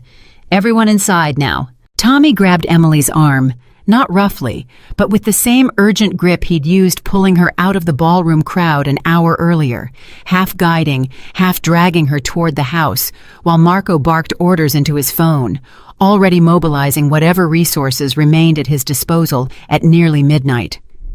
"They have a photo," Emily said, her voice shaking as they crossed the threshold into the house. "Marco, they have my face. What does that even mean? What happens now?" "It means we stop calling this a precaution and start calling it a lockdown," Marco said grimly, slamming the door behind them and throwing the bolt. "Tommy, get the perimeter cameras up on the main screen. I want eyes on every inch of that fence line." "On it." Bianchi appeared from the hallway, still in her scrubs from redressing Anthony's wound hours earlier, her sharp eyes taking in the chaos instantly. "What happened?" "Coleman's people made her," Anthony said, and something in the flat, controlled way he said it frightened Emily more than shouting ever could have. "They have a photograph. It is circulating." "Circulating to who?" Bianchi demanded. "Everyone who works for him," Marco said. "Which, as of tonight, might as well include half the department and God knows how many of the Petrovs' people, too." Emily's legs finally gave out, not dramatically, just a slow buckling that sent her sinking onto the nearest chair, her hands pressed flat against her knees to keep them from shaking. 3 hours ago, she had been carrying a tray of champagne through a room full of people who wanted to destroy the man she'd somehow ended up protecting. Now her face was a target, printed and passed hand to hand through a network of dangerous men she couldn't even begin to picture. "Jenna," she said suddenly, her head snapping up, "if they're circulating my photo, if they're trying to find out everything about me, how long until they find her? She's my roommate, Marco. She's the first person anyone would ask about." Marco's expression didn't need to answer the question. Emily watched his jaw tighten, watched him glance toward Tommy, who was already halfway to the door before Marco even finished nodding at him. "I'm going," Tommy said. "Right now." "Take Ricci with you," Marco called after him. "2 cars, split routes, in case somebody's already watching the building." Emily stood up so fast, the chair scraped hard against the floor. "I'm coming with you." "Absolutely not," Anthony said immediately, stepping into her path. "She's my best friend, Anthony. She has no idea any of this is happening. She doesn't even know I'm alive right now beyond a text I never answered. And if something happens to her because of me, nothing will happen to her," Anthony said, his hands finding her shoulders again, steady despite the chaos surging around them. "Tommy will bring her here, safely. That is not a debate you are having, Emily. That is a promise being kept." "You can't promise that." "I can," Anthony said, and something in his voice left no room for argument. "Because I am done letting people I care about pay the price for decisions that were never theirs to make." The words landed harder than Emily expected, catching somewhere in her chest, and for one brief, strange moment, the fear in the room seemed to still around the weight of what he'd just admitted without fully meaning to. The next 40 minutes crawled by in an agony of waiting that Emily hadn't known was possible to survive. She sat in the study, the same room Marco had questioned her in 3 nights earlier, watching Anthony pace in front of a wall of security monitors, while Bianchi hovered nearby, her medical bag still open on the desk in case the night demanded her skills again before it was over. "Talk to me," Marco said into his phone every few minutes, his knuckles white where he gripped it. Each time, whatever answer came back only tightened the lines around his eyes further. "They're not answering the buzzer," Marco finally said out loud, lowering the phone slightly, his voice carrying a warning none of them wanted to hear. "Tommy says the apartment lights are on, but nobody's answering." Emily's stomach dropped through the floor. "That doesn't mean anything's wrong. Jenna sleeps like the dead. She probably has headphones in." "Emily." Marco's voice was gentle in a way that made it so much worse. "Tommy's going in." The silence that followed stretched into something unbearable. Emily's hands twisted together so tightly her knuckles had gone white, her eyes fixed on Marco's phone like she could will it to ring through sheer, desperate focus. When it finally buzzed, Marco answered so fast he nearly dropped it. "Talk to me. Talk to me right now." Emily held her breath. "She's fine," Marco said. And the relief that broke across his face nearly buckled Emily's knees a second time, this time from something closer to joy. "She's fine, Emily. She had her headphones in exactly like you said. She had no idea anything was happening." "Oh my God!" Emily's hands flew to her face, a sob of relief she hadn't realized she was holding back, finally breaking loose. "Oh my God, thank you, thank you." "There's more," Marco said, and the careful edge back in his voice made Emily's relief curdle instantly into fresh dread. "Tommy says there were signs somebody had already been there, a door that wasn't locked properly, a window latch that looked tampered with. Whoever Coleman sent to check on her 3 nights ago, they might have come back tonight, and if Jenna hadn't had those headphones in loud enough to sleep through a fire alarm, we might not have gotten to her in time." Emily felt the room tilt slightly, nausea rising fast and sharp. "They tried to get to her. They actually tried to get to her." "We don't know that for certain," Marco said, though the way he said it suggested he believed it completely. "But we're not taking any more chances. Tommy's bringing her here now. She's going to have a lot of questions, and none of them are going to have easy answers." Anthony crossed the room and knelt in front of Emily's chair, his eyes searching her face with an intensity that cut through the panic clouding her thoughts. "She is safe," he said quietly. "That is what matters right now. Everything else we handle as it comes." "How do I explain any of this to her?" Emily whispered. "How do I tell my best friend that the reason someone almost broke into our apartment is because I understood a dying man's last words in a language I hadn't spoken since I was 17? Anthony didn't have an answer for that, and for once, he didn't pretend to. Jenna arrived just before 2 in the morning, and the moment she stepped through the door and saw Emily standing in the entryway of a house that looked like something out of a magazine spread about old money, her face cycled through relief, confusion, and outright panic in the span of about 4 seconds. "Emily, what is going on? Who are these people?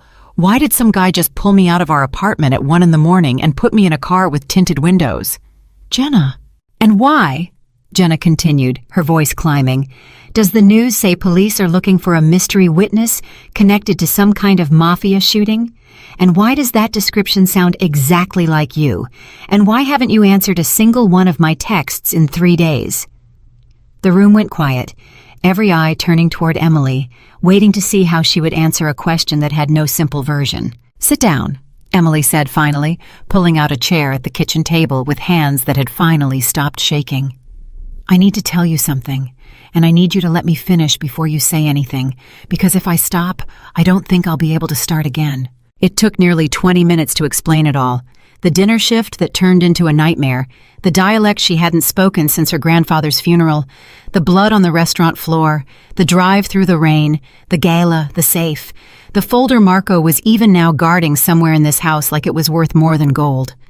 Jenna listened in a silence that grew heavier with every sentence, her face draining of color, her hands gripping the edge of the table like she needed something solid to hold on to. When Emily finally finished, Jenna didn't say anything for a long moment. "You could have died," she said finally, her voice cracking. "Any of those nights. You could have just died, and I would have had no idea why. I would have just gotten a phone call."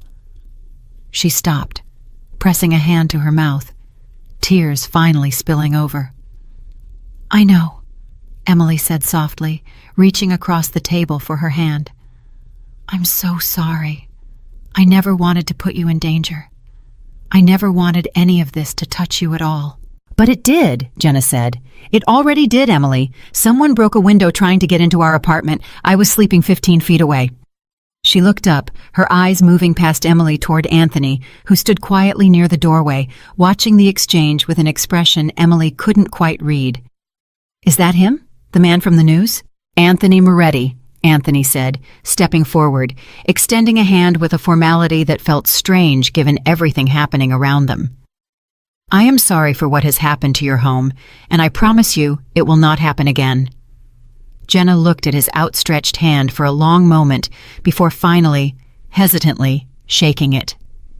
"You're the reason my best friend's face is being circulated by criminals right now." "Yes," Anthony admitted, without flinching from the accusation. "And I understand if that means you cannot trust a single word I say, but I give you my word regardless. Whatever it takes, whatever it costs me, she will be protected, as will you, for as long as you need to remain here." Jenna studied him for a long moment, something in her expression softening slightly despite herself. "You really mean that?" I have very little left in this life that means as much to me as keeping promises, Anthony said quietly. It is perhaps the only thing I have left that is entirely mine to give. The fragile calm didn't last. Marco burst into the kitchen just before 3, his phone still pressed to his ear, his expression grim enough that every conversation in the room died instantly. "Say that again," he said into the phone, his eyes flicking toward Anthony. "Say that again slowly." Whatever he heard made his face go rigid. "Understood. Keep me posted." He lowered the phone slowly, and the silence that followed felt heavier than anything that had come before it that night. "What is it?" Anthony said. Not a question, a demand. "That was my contact inside the department," Marco said. "Coleman filed for an emergency warrant an hour ago. He's claiming exigent circumstances, national security implications tied to organized crime, the whole works. He's got a judge lined up to sign off before sunrise." "A warrant for what?" Emily asked, though some sick part of her already suspected the answer. "This property," Marco said grimly. "This house. Coleman's telling the judge he has credible information that a federal witness is being held here against her will, and that evidence tied to an active criminal investigation is being concealed on the premises." Emily's blood ran cold. "He's using me. He's twisting the fact that I'm hiding here into a story about being kidnapped." "It's smart," Marco said bitterly. "It's disgustingly smart. If that warrant goes through, federal agents storm this house within hours, and it won't matter what evidence we have on Coleman anymore. Because the first thing that happens is they find you here, surrounded by armed men, and suddenly you're not a witness who chose to hide. You're a hostage who got rescued, and every word you say afterward gets filtered through exactly the story Coleman's already telling." Anthony's hands curled into fists at his sides. "Then we move the evidence, tonight, before the warrant is signed." "Move it where?" Marco demanded. "Every safe house we have is one Coleman could theoretically know about if his reach inside the department is as deep as tonight suggests. We don't know who else he's bought." "Then we find somewhere he could never think to look," Anthony said, his mind clearly racing through possibilities even as exhaustion and healing wounds pulled visibly at his focus. "Somewhere with no connection to this family, no connection to this house, nothing that appears in any file Coleman has ever touched." The room fell silent as everyone turned the problem over, searching for an answer that didn't exist yet. It was Emily who finally spoke. "My grandfather's old apartment," she said slowly. "It's been sitting empty for 11 years. My mother never sold it, couldn't bring herself to. It's just been paying rent through some property trust nobody remembers exists anymore. Nobody in your world has ever heard of it. Nobody in Coleman's world would have any reason to connect it to me, because I haven't set foot in that building since I was 17 years old." Marco and Anthony exchanged a look, something passing between them that Emily couldn't quite read. "It could work," Marco said slowly. "If the paperwork really is that buried, if there's truly no connection anyone could trace." "There isn't," Emily said. "I promise you there isn't." Anthony's eyes settled on her, something complicated moving behind them. "You would do that? Offer up a place that clearly still means something to you to protect evidence that has nothing to do with your own family?" "It's just an empty apartment," Emily said, though her voice wavered slightly on the words, betraying how much more than that it actually was to her. "And right now, an empty apartment might be the only thing standing between us and Coleman winning this completely." They moved fast after that, faster than Emily thought possible given the hour, given the exhaustion visible on every face in the house. Marco packed the folder into a nondescript bag, along with 2 flash drives Emily hadn't even known existed, copies of everything they'd pulled from the safe, insurance against the possibility that the original documents were somehow lost or seized before they could be used. "I'm coming with you," Emily said, as Marco prepared to leave. "Absolutely not," Marco said immediately, echoing Anthony's exact words from hours earlier. "If that warrant gets signed and agents show up here while you're gone, that actually helps us. It means when they search this house, they find no witness, no evidence, nothing that matches Coleman's story. But if you're spotted anywhere near that apartment building, if anyone connects Emily Carter to that address, we lose the only safe place we have left." "Then let me at least give you directions that make sense," Emily argued. "The building's a maze if you don't know it. There's a service elevator around the back that doesn't show up on any map. That's the only way in that doesn't put you on camera." Marco hesitated, weighing the risk of bringing her against the risk of navigating unfamiliar territory in the dark with evidence that could end an empire in his hands. "Fine," he said finally, "but you stay in the car. You do not go inside. The second I have this secured, we're gone." Emily nodded, relief and terror tangled together in her chest. Anthony caught her arm gently as she headed toward the door, his eyes searching her face with an intensity that made her breath catch. "Be careful," he said quietly. "Please." "I will. I mean it, Emily. If anything happens to you tonight because of a decision I allowed, I do not know how I would carry that." Something in the rawness of his voice made Emily pause, made her reach out and press her palm briefly against his chest, feeling the steady, if slightly too fast rhythm of his heartbeat beneath her hand. "You're not the one making my decisions for me," she said softly. "I'm choosing this, just like I chose to walk into that gala, just like I chose to stay in that car 3 nights ago instead of running the second I had the chance." Anthony's hand covered hers where it rested against his chest, and for one brief, suspended moment, the chaos of the night around them seemed to still into something quieter, something neither of them had words for yet. "Go," he said finally, his voice rough, "before I change my mind and lock every door in this house to keep you here." The drive to Emily's grandfather's old building took nearly 40 minutes through streets that had gone eerily quiet in the deep hours of early morning, Marco's eyes flicking constantly to the rearview mirror, checking and rechecking for any sign they were being followed. Emily gave directions in a voice that grew steadily more strained the closer they got, memories flooding back with every familiar street corner, every storefront that hadn't changed in over a decade. "Left here," she said as they turned onto her grandfather's street, her chest tightening at the sight of the old brick building rising up ahead, exactly as she remembered it. Exactly as it had looked the last time she'd stood outside it in a black dress, watching her mother lock the door for what she'd assumed would be the final time. "The service entrance is around back, past the alley." Marco parked the car in shadow, killing the engine, scanning the street one final time before reaching for the bag containing everything that could bring down Richard Coleman's entire empire. "Stay here," he said. "Doors locked. If anyone approaches the car who isn't me, you drive. Don't wait. Don't think about it. Just go." "Marco." "I mean it, Emily." She nodded, watching him disappear into the shadowed alley beside the building, and settled into the tense, suffocating silence of waiting alone in a car parked outside a piece of her past she'd never expected to return to under circumstances like this. The minutes crawled by with agonizing slowness, Emily's eyes fixed on the alley entrance, her hand hovering near the door handle exactly the way Marco had instructed. She counted her own heartbeats to keep herself calm, a trick her grandfather had taught her as a child during thunderstorms. "Count until the fear gets smaller, Piccola Mia. Count until you remember you are safe." She was at 143 when a figure emerged from the shadows near the mouth of the alley. It wasn't Marco. Emily's entire body went rigid, her hand freezing on the door handle, her eyes straining in the darkness to make out details that refused to resolve into anything reassuring. The figure moved slowly, deliberately, scanning the parked cars along the street with the kind of methodical patience that belonged to someone searching, not someone passing through.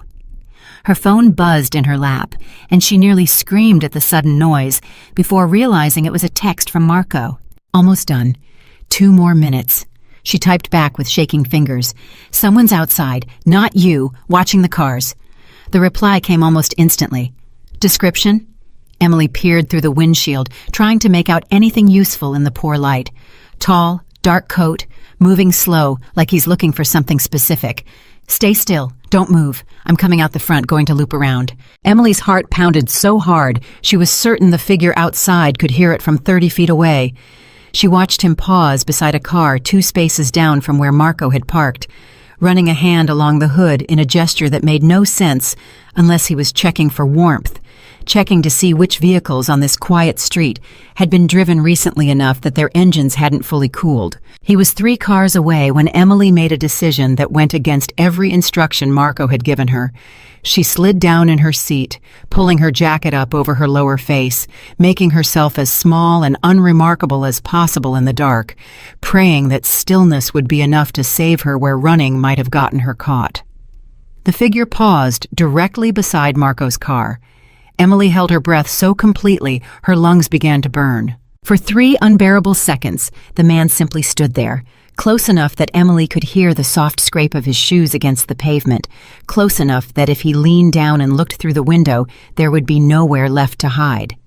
Then, from somewhere down the street, a car alarm blared to life, sharp and sudden, and the figure's head snapped toward the noise instantly, his entire posture shifting from patient search to immediate investigation. He moved away from Marco's car, walking briskly toward the sound, and Emily didn't dare breathe fully again until he disappeared entirely around the corner.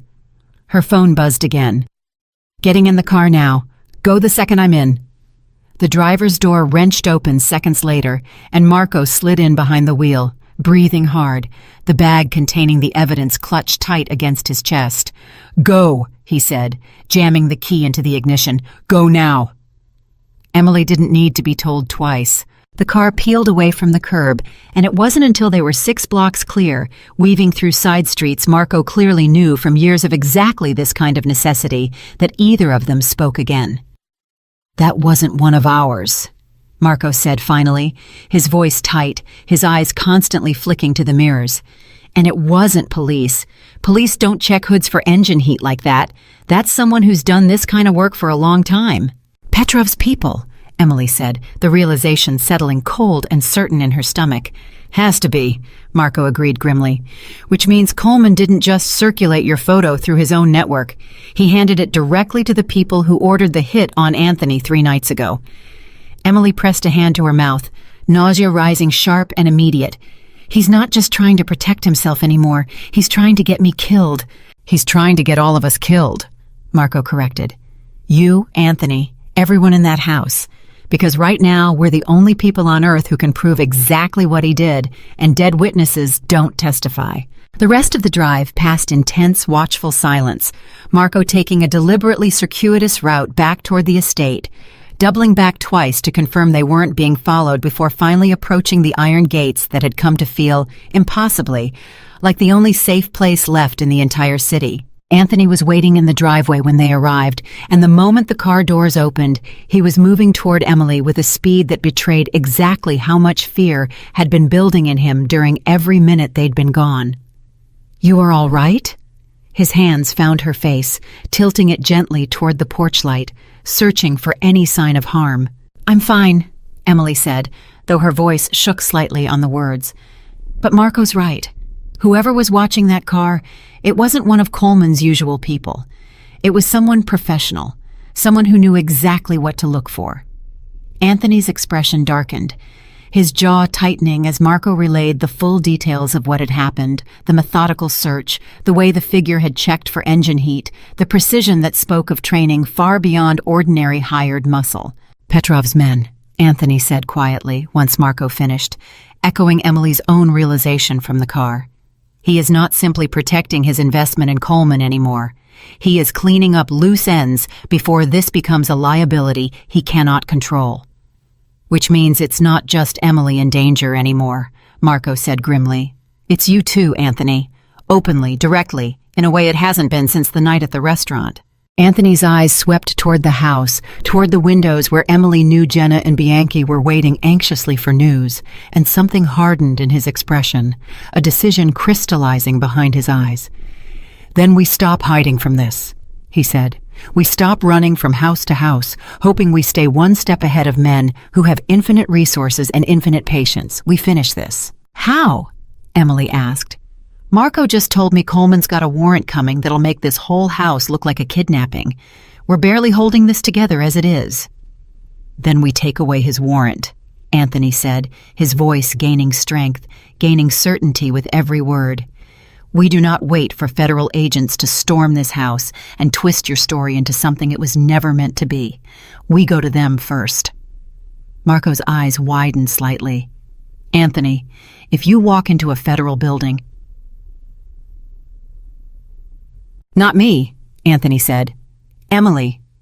The name hung in the air between them, heavy with everything it implied. What are you talking about? Emily's voice came out sharper than she intended, fear and confusion tangling together. You want me to walk into a federal building?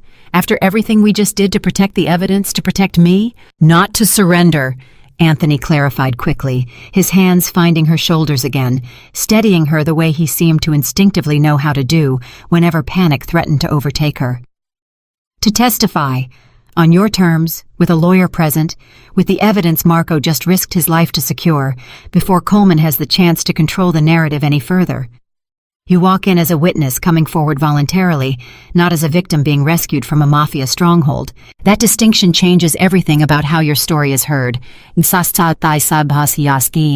You want me to hand over evidence to the same federal system Coleman's been quietly buying favors from for 15 years? Emily's voice climbed with disbelief. How is that any safer than staying here? Because not every federal agent answers to Coleman, Marco said slowly, understanding dawning in his own expression as he considered the plan taking shape. There's a prosecutor, Dana Whitmore. She's been building a quiet case against West Side corruption for almost 2 years, completely independent of local police, precisely because she doesn't trust the department Coleman's had his hands in for over a decade. You know her? Emily asked. I know of her, Marco said carefully. She's never taken $1 from anyone in this life, ours or theirs. She's the one person in this entire city with the authority to move against Coleman and Petrov both, and the credibility to make it stick without anyone being able to claim it was mafia manipulation. And if she doesn't believe me? Emily asked, the question raw with 3 days of accumulated fear. If she takes one look at where I've been hiding and decides I'm not a credible witness, decides this is exactly the kidnapping story Coleman's already selling? Anthony was quiet for a long moment, his eyes searching her face with an intensity that made the fear in her chest ache differently, more painfully than before. Then I will tell her myself, he said finally. Everything. My name, my history, all of it, laid bare in front of a federal prosecutor with no protection, no lawyer softening the truth. If that is what it takes for her to believe you were never a prisoner, never a victim of anything but circumstance and your own courage, then that is a price I am willing to pay. The room went utterly silent. Anthony, Marco said slowly, you understand what that means. The moment you speak to a federal prosecutor without immunity, without protection, you're handing them everything they need to end you. Not Coleman, not Petrov, you. I am aware, Anthony said, his voice steady, despite the enormity of what he was offering. Why would you do that? Emily whispered, staring at him like she was seeing him for the first time all over again. Why would you risk everything, your entire life, just to make sure a prosecutor believes my story? Anthony's hand rose slowly, cupping her face with a gentleness that felt entirely at odds with everything Emily had learned about the man he was supposed to be. Because 11 years ago, he said quietly, I lost the only 2 people who ever made me feel like the man I was, instead of the man this life demanded I become. I could not save them. I have spent every day since believing that failure was something I would carry until I died. His voice cracked slightly, raw in a way Emily had never heard from him before. You walked into a room 3 nights ago and gave me a voice I thought I would never hear again in this world. You have already given me more than I have any right to ask for. Let me give you this. Let me finally do something with what is left of this life that is not simply about survival. Emily's eyes filled with tears she didn't bother trying to hide. Okay, she whispered. Okay, we go to Whitmore, together. Marco was already moving toward his phone, dialing a number with the careful precision of a man about to gamble everything on a single conversation, when the house's security system let out a sharp, piercing alarm that sent everyone in the room lurching upright. What is that? Emily gasped, her heart slamming against her ribs. Perimeter breach! Tommy shouted from the hallway, already sprinting toward the security monitors, his face going pale as he stared at the screens. East fence line, multiple bodies, moving fast. Anthony's expression transformed instantly, 20 years of survival instinct snapping into place. How many? I count 6, Tommy said, his voice tight.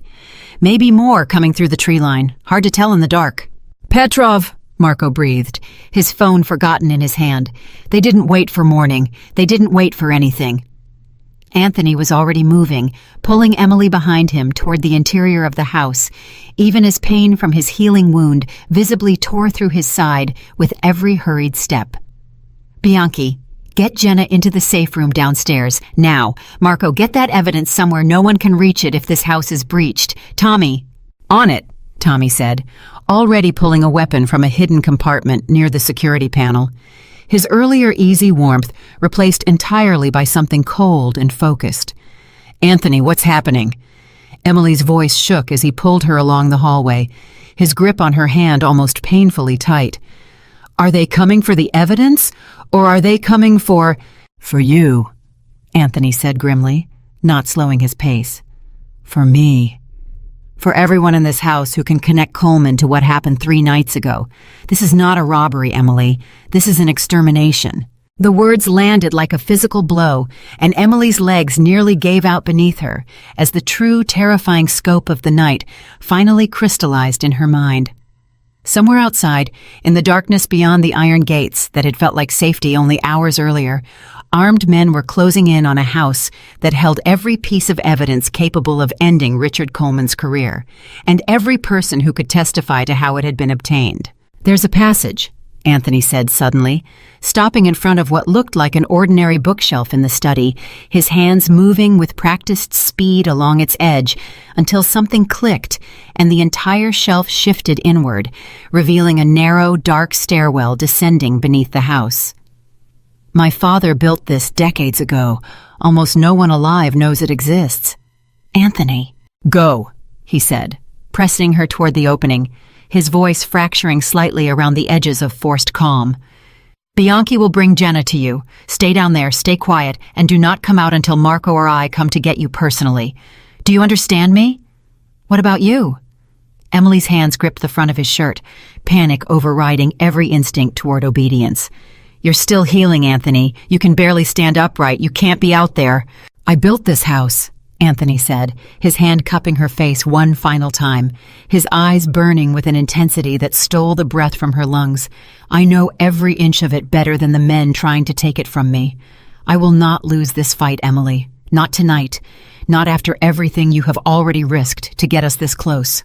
From somewhere upstairs, the sharp, unmistakable crack of gunfire shattered through the house, followed immediately by Tommy's voice shouting something urgent and furious that Emily couldn't fully make out over the sudden, roaring pulse of her own heartbeat. Go, Anthony said again, more urgently this time, already turning away from her toward the sound of the fight breaking out above them. Now, Emily, please. She stumbled backward into the dark stairwell, watching the bookshelf swing shut behind her, sealing her into a darkness so complete she could hear nothing but her own ragged breathing and the muffled, terrifying sounds of violence erupting somewhere above her head. Somewhere up there, Anthony Moretti, a man who had begged her not to leave him 3 nights ago in a language belonging to a daughter he'd buried 11 years earlier, was walking straight into gunfire to buy her the time to survive a night neither of them had ever asked for. And in the suffocating darkness of that hidden stairwell, all Emily Carter could do was wait and pray and hope that the promise he'd made her, the one he'd sworn he would never break, wasn't about to become the first one he couldn't keep. The gunfire lasted 11 minutes. To Emily, crouched in the suffocating dark of a stairwell built by a dead man's hands, it lasted an entire lifetime. She counted her own heartbeats the way her grandfather taught her. Count until the fear gets smaller, but the fear never got smaller. It only got louder, matching each distant crack of gunfire with a fresh wave of terror that Anthony was somewhere above her, wounded, exposed, walking toward danger instead of away from it. Jenna found her in this dark eventually, Bianchi guiding her down through the hidden passage with a flashlight and a steadiness that Emily would later learn came from years of nights exactly like this one. The 2 women sat pressed together against the cold stone wall, hands locked, neither of them speaking, both of them listening to a war they couldn't see and couldn't stop. Then silence. Silence that stretched so long and so completely that Emily began to believe it was worse than the gunfire had been, because gunfire at least meant someone was still fighting. When the bookshelf finally groaned open above them, Emily's entire body flooded with a fear so sharp it nearly stopped her heart, certain in that instant that whoever stood in the doorway would not be a face she wanted to see. It was Marco. Blood on his sleeve, not his own, exhaustion carved into every line of his face, but alive, standing, breathing. "It's over," he said, his voice hoarse. "It's over, Emily. Come up." She didn't remember climbing the stairs. She only remembered finding Anthony standing in the hallway upstairs, favoring his injured side heavily, a fresh cut above his eyebrow, but upright, breathing, alive, and the sound that came out of her when she saw him wasn't quite a sob and wasn't quite his name, just something raw and wordless that carried every hour of terror from that stairwell straight into his arms. He caught her like he'd been waiting his entire life for exactly this, his arms wrapping around her so tightly it nearly stole what little breath she had left. "Say salva," he whispered into her hair, over and over, like the words themselves were the only thing keeping his own hands from shaking. "You're safe. You're safe. You're safe." What followed in the weeks after that night unfolded the way real endings usually do. Not with fireworks, but with paperwork, testimony, and the slow, grinding weight of truth finally being allowed to breathe. Emily sat across from Dana Whitmore 3 days later, a folder of evidence between them that took nearly 6 hours to fully explain, Anthony beside her exactly as he'd promised, offering his own name and history with a steadiness that left the prosecutor visibly stunned. Richard Coleman was arrested 11 days after that, quietly, without cameras, in the driveway of the same estate where he'd announced his campaign for higher office. The Petrov network unraveled slower, piece by piece, but it unraveled, and within 4 months, the name that had once made grown men flinch across half of Chicago belonged to a man in a courtroom instead of a headline of fear. Anthony never went back to the life he'd built before that night. He couldn't.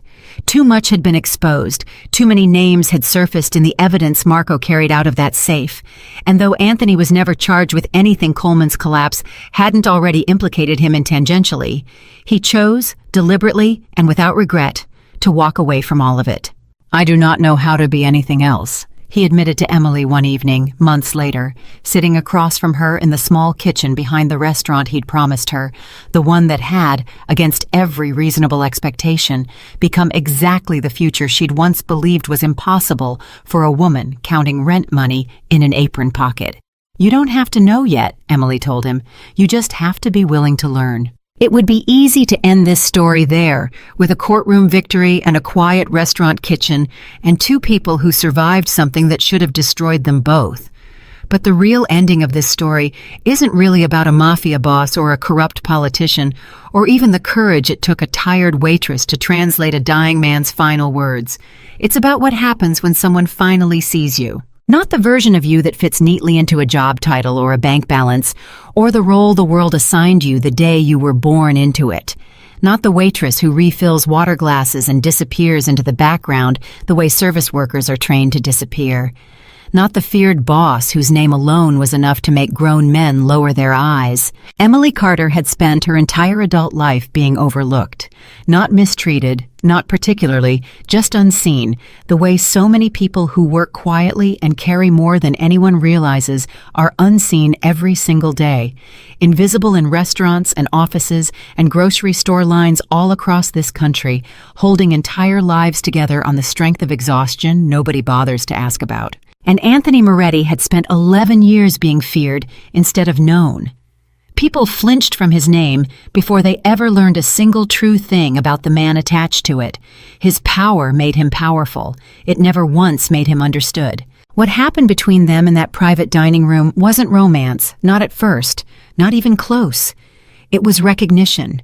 It was one broken, grieving person hearing another broken, grieving person speak a language that belonged to loss, and choosing, in the space of a single, terrified heartbeat, not to look away. That is what love actually is, if you strip away everything Hollywood and greeting cards have convinced us it should look like. Love isn't the grand gesture. It isn't the perfect timing or the flawless first meeting. Love, real love, the kind that survives gunfire and betrayal and 11 years of buried grief, begins the moment someone chooses to see you exactly as you are, in your worst, most frightened, most unguarded moment, and stays anyway. Anthony didn't fall for Emily because she was beautiful, though she was. He didn't fall for her because she was brave, though God knows she proved that a dozen times over before this story was finished. He fell for her because for the first time in over a decade, someone looked at him bleeding on a floor, surrounded by fear and power and violence, and instead of seeing a monster, she heard a grieving father calling out in the only language his daughter ever knew. And Emily didn't stay because he was powerful.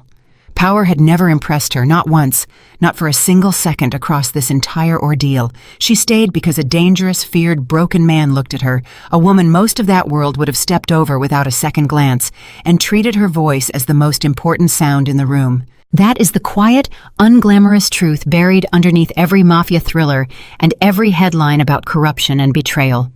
The people who change our lives most completely are rarely the ones who arrive with fanfare. They are the ones who show up in our worst moments, who hear the parts of us we thought no one would ever understand again, and who choose deliberately again and again to stay. Love built on convenience collapses at the first sign of difficulty. Love built on witnessing someone's truth, on staying present through their worst night instead of their best day.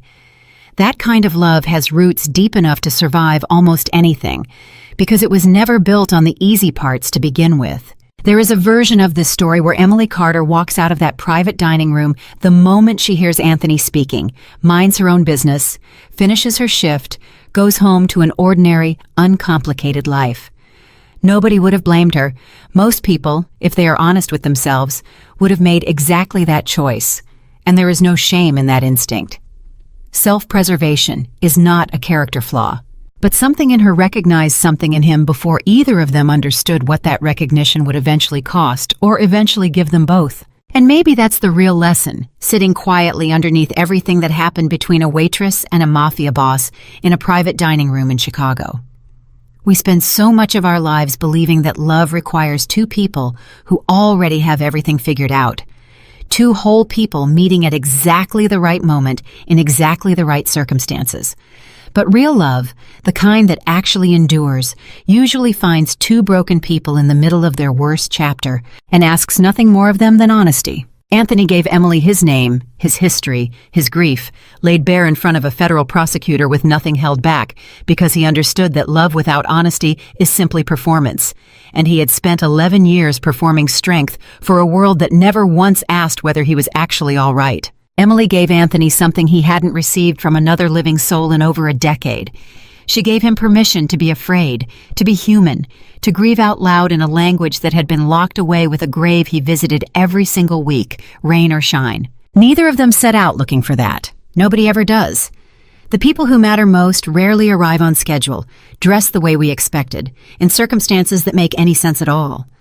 Sometimes they arrive bleeding through an expensive suit, speaking words nobody else in the room can understand, and the only thing standing between chaos and connection is whether somebody, anybody, is brave enough to step forward and say, "I understand you, I hear you, you are not alone in this." Years from now, when people tell this story, they will probably remember the mafia boss, the corrupt politician, the gunfire in a hidden stairwell beneath an old estate. That's the part that makes for a dramatic headline, the part that fills 2 hours of a story worth telling. But if you ask Emily Carter what she actually remembers most from that night, she won't talk about danger. She'll talk about the exact moment a dying, frightened man's hand found hers and refused to let go, not because he needed a translator, but because for the first time in 11 years, somebody's voice made him feel like his daughter hadn't entirely left this world after all. And if you ask Anthony Moretti, a man once feared across an entire city, what changed him most completely, he won't talk about the empire he walked away from, or the war he survived, or even the justice finally served to the men who betrayed him. He'll tell you it was a waitress who never should have understood a single word he said that night, who had every reason in the world to walk away and chose, instead, to stay. That's the whole story, really. Underneath all the noise and danger and betrayal, love doesn't ask if you're powerful. It doesn't ask if you're perfect, or if your circumstances make sense, or if the timing is convenient. Love simply asks one question, quietly, in whatever language your heart still remembers. Will you understand me? Will you stay, even now, even like this? And somewhere in every one of us, whether we're the feared man at the head of the table or the tired woman clearing plates, nobody bothers to look at twice. There is a small, hopeful part waiting for someone brave enough to answer yes.